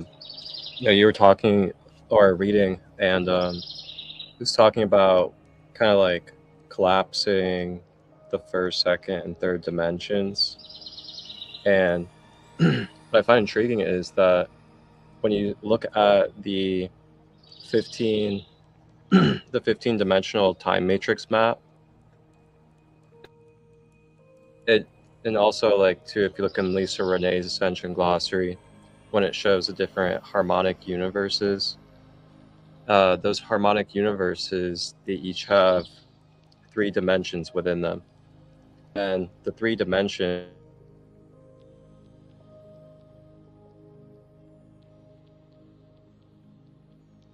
we are wrapping up our journey in this third dimensional physicality incarnation as a collective of what is the first density, which is dimension 1, dimension 2, and dimension 3. And without collapsing of that, we're like Atlantis, Lemuria, Sumeria, Egypt, Rome, all these different things. It's all now collapsing, which is why it's all being exposed and collapsing on itself. So with that collapsing, then quantumly, we're energetically capable as a collective in this present embodiment to be able to then make the vibrational pull through the veil. The veil is actually just a veil between densities. That's why we're moving out of the first harmonic universe into the second, which is the fourth dimension. Fourth dimension is just going to be the beginning of a new age, which is dimension 4, 5, and 6 is an age together. So we're going to be journeying through the fourth dimension, the fifth dimension, and the sixth dimension as a collective on this present Earth body. And that is the planetary logos. That's where it is. That's where we're moving at this present time. Not talking about past. We're not talking about hypothesis of the future. We're talking about right now in this moment. This is what's going on. We're moving through the third dimension to the fourth as a collective planetary body with Gaia. And that is why we got the clarion call to come here.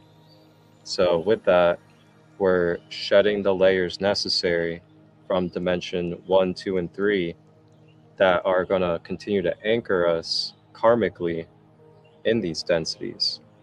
So then we can, through universal law and law of one, be able to vibrationally match a fourth dimensional collective. So we can't move, we can't transmigrate if our vibration does not match the transmigration path. We're present. That is why we're purifying. That is why we're becoming to, closed ends with our shadows and things of that nature, because that is what it takes to properly, through the law of one, be able to travel through time, space, and have an embodiment into a fourth dimensional planetary body. So that is also why this is such a big deal right now, because we are literally moving from one harmonic universe into a whole entire new harmonic universe of 3 dimensions. And with that, it's going to be a different playing field. It's going to be a different demographic. Nature is going to be different. It's not going to be carbon based. It's not going to be 3-dimensional based. So, things are going to be different, and we may not be able to really comprehend it yet in this body that we're in. But what we see now and what we also know as nature, it's going to be changing. Every single thing about our planetary body is going to be changing. It's going to be all crystalline. And we're also not going to be dependent on nature like we are here, because we're cutting dependencies as we continue to raise our frequency. It's not going to be necessary to be eating all this food. It's not going to be necessary to be using nature for really much of anything, because we're going to be self-generating. We're going to be co-creating, and we're just going to be building crystalline architecture with the free energy of nature. And phew, it's hard to describe for you guys, like it really is, but I've been shown and I've been taken and I've meditated on so much that really, even through all these texts that the galactic codes reveal, it's just unprecedented time that we're in. And wow, what a time to be alive.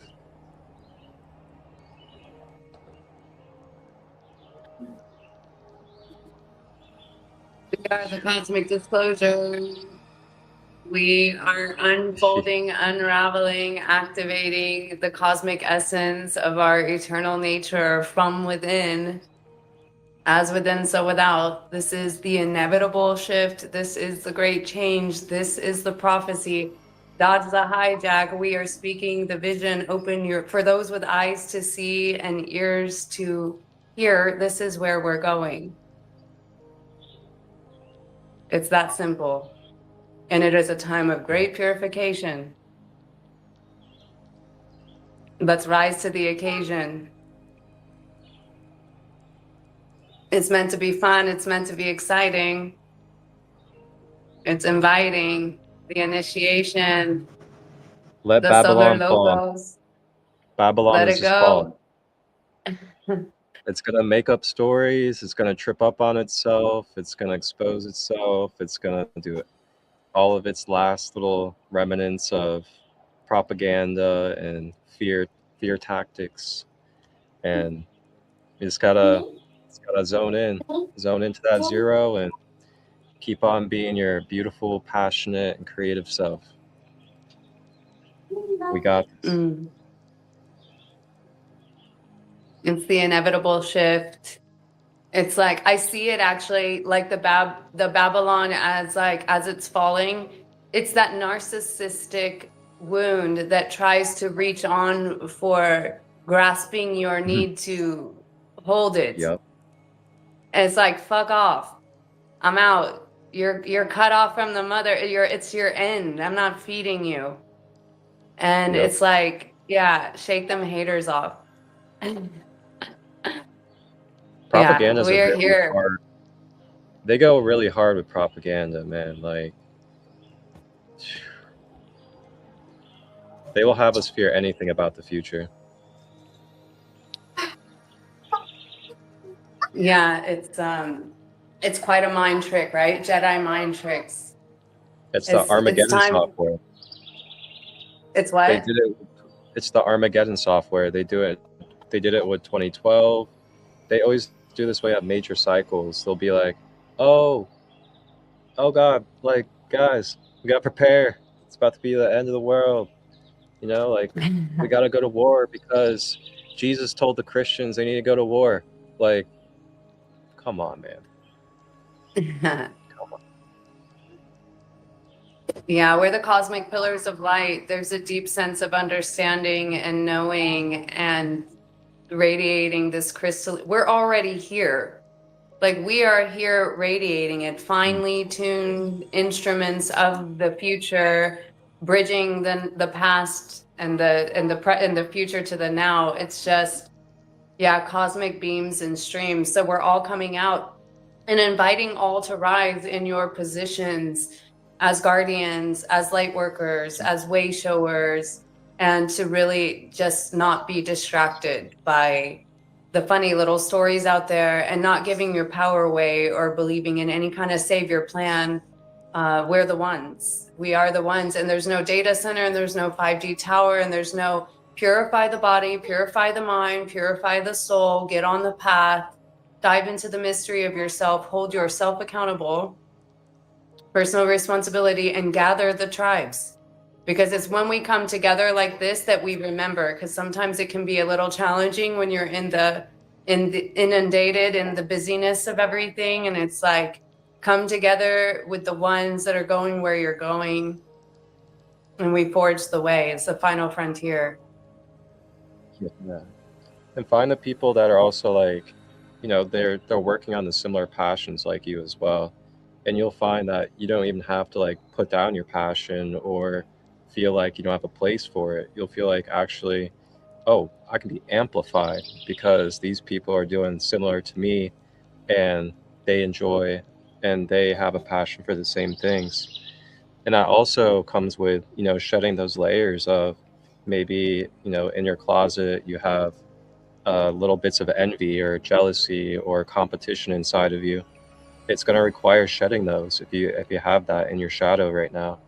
And through shedding those, that's where you get that cooperation and union, community, and amplification of what you are and what you do. It's like that sacrifice of understanding that service to others is service to self plus way more. And you get to also receive more than you could even receive by serving your own self. And that's why you serve others. Because sacred light grows while Unite the 144 grows. And while the Unite the 144 grows, sacred light grows. And then the sacred kingdom grows because there's a whole community of us connected that are growing with each other. And it's just a continuation of growth together, consciously and intentionally.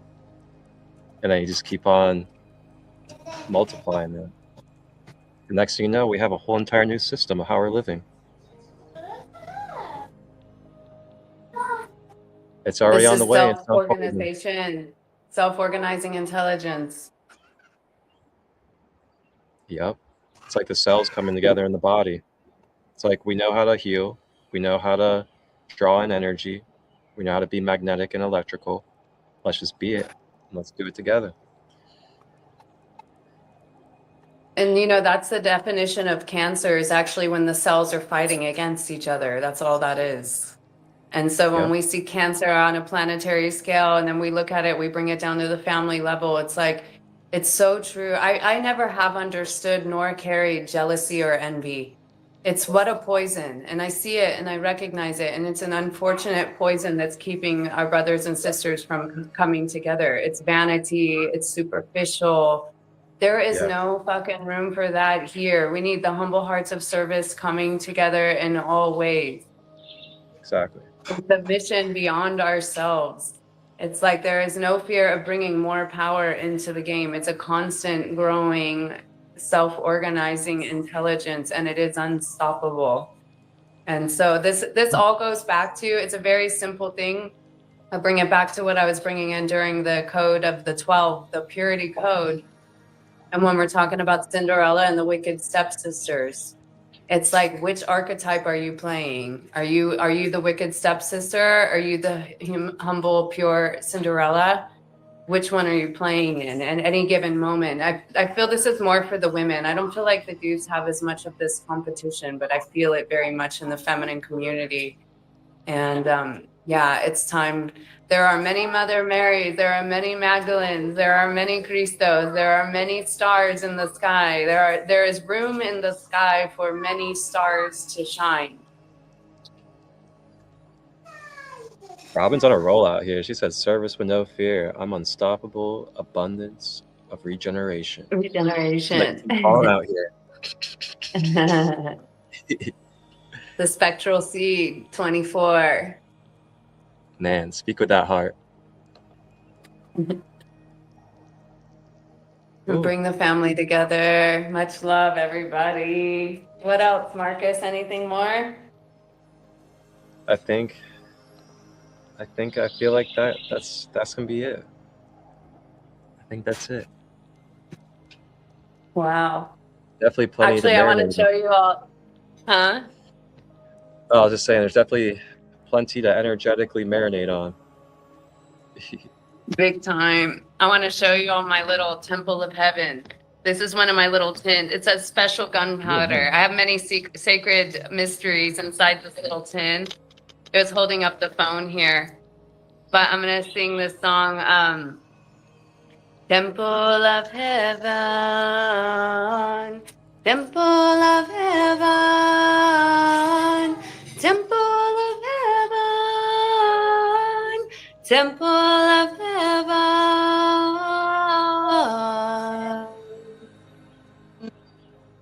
We are the Temple of Heaven, Temple of Heaven, Temple of Heaven, Temple of Heaven.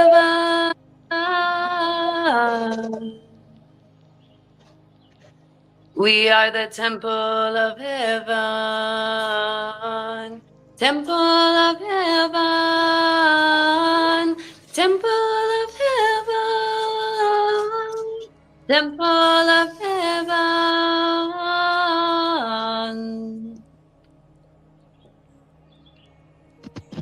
So we'll see you in the Temple of Heaven next week, or no, Wow. on Wednesday, not next week, in 2 days. On Wednesday, we'll see you all again in the afternoon. She said next week. 444. Next week in 2 days, it's all the same.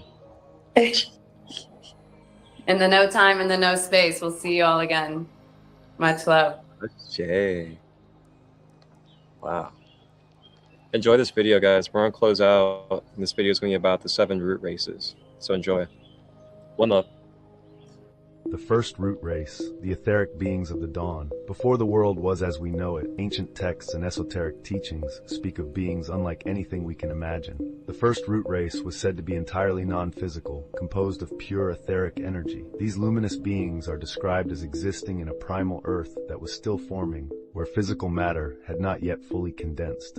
The first root race is believed to have emerged directly from divine forces, birthed by celestial energies that shaped the planet. They did not walk or eat, but drifted like glowing specters, channeling cosmic energy into the Earth's developing structure. Some accounts describe them as beings of light, devoid of solid form, capable of projecting their consciousness across vast distances. Their purpose, according to esoteric lore, was to plant the seeds of future life, ensuring the foundation for the next stages of evolution. This race was immortal and without gender, existing in harmony with the nascent Earth. However, as the planet grew denser and more physical, the first root race faded, giving way to the next cycle. The second root race, the Hyperboreans of the Golden Age. As the Earth solidified, the second root race emerged, known as the Hyperboreans. These beings, while still ethereal, began to develop subtle physical forms. Legends place them in a mystical land near the North Pole, often referred to as Hyperborea, a paradise untouched by death or suffering. The Hyperboreans were described as giants, glowing with radiant energy. They were partially physical, but retained the ability to shapeshift and move effortlessly across the land.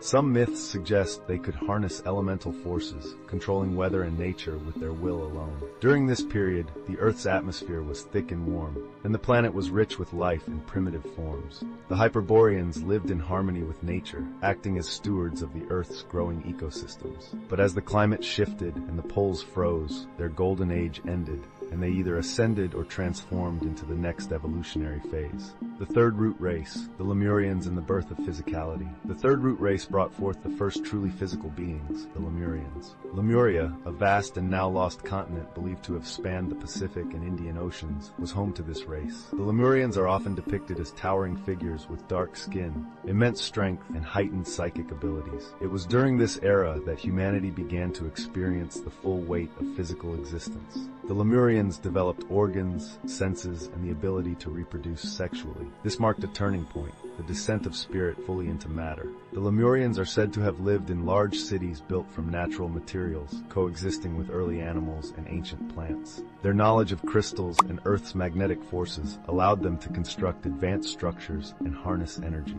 However, a series of cataclysms, including volcanic eruptions and earthquakes, led to the sinking of Lemuria, driving the survivors to new lands and ushering in the next race. The fourth root race is perhaps the most well-known, the Atlanteans. Atlantis, the legendary island that sank beneath the waves, was the cradle of this advanced civilization. Atlanteans were technologically and spiritually advanced, blending science with mysticism. The Atlanteans are credited with constructing immense cities powered by crystal energy and engaging in interdimensional exploration. They could manipulate thought forms, create weapons of light, and communicate telepathically. However, their pursuit of power led to internal conflicts and misuse of technology, ultimately causing their downfall. The destruction of Atlantis marked the end of an era. Survivors scattered, spreading knowledge and influencing the development of future civilizations. It is believed that ancient Egypt and the Americas carry traces of Atlantean wisdom. The fifth root race is the current humanity, often referred to as the Aryan race, not in the modern misinterpreted sense, but as a spiritual stage of evolution. This race began after the fall of Atlantis, developing the intellectual mind, languages, and complex societies. The Aryans are believed to be spread across the globe, evolving through cycles of war, peace, and enlightenment. This stage is defined by rapid technological advancement, yet spiritual disconnection is seen as one of its greatest challenges. The sixth root race represents the people of the future, a race that has not yet fully emerged, but is prophesied in esoteric teachings. This race will evolve from the most advanced individuals of the fifth root race, carrying their knowledge to a higher level. The defining characteristic of the sixth root race will be the rise of spiritual awareness and collective consciousness. This race will use technology not for material advancement alone, but as a tool for spiritual awakening. Telepathy, spiritual intuition, and complete harmony with nature will become prominent abilities. The individuals of the sixth root race are described as taller, more graceful, and radiant compared to modern humans. It is said they will create a world of peace, free from war, greed, and division. Esoteric teachings predict that the sixth root race will emerge on a new continent in the Pacific Ocean, rising where Lemuria once stood. This new land will mark the beginning of a golden age, where humanity, having learned from the mistakes of the fifth root race, will ascend to a new level of consciousness. The seventh root race represents the final evolutionary stage of humanity, considered the culmination of all previous root races. This race will exist as purely spiritual beings, leaving physical forms behind entirely. Known as divine humanity, they will reach the highest level of cosmic consciousness, becoming guardians of the planet and all living beings. The individuals of the seventh root race will transform their physical bodies into light bodies, moving freely between dimensions. Existing beyond time, space, and physical limitations, they will become pure forms of consciousness. Their presence will act as a beacon of light, playing a critical role in the spiritual ascension of the Earth. This race will emerge when the evolutionary cycle of Earth is complete and the planet reaches a new state of existence. The seventh root race will not only preserve the balance of Earth, but of the entire universe. At this point, humanity will return to the divine source, completing the cycle of evolution. What are your thoughts on humanity's spiritual evolution, and do you believe we are moving toward a higher state of being? Let us know in the comments below. We'd love to hear your perspective.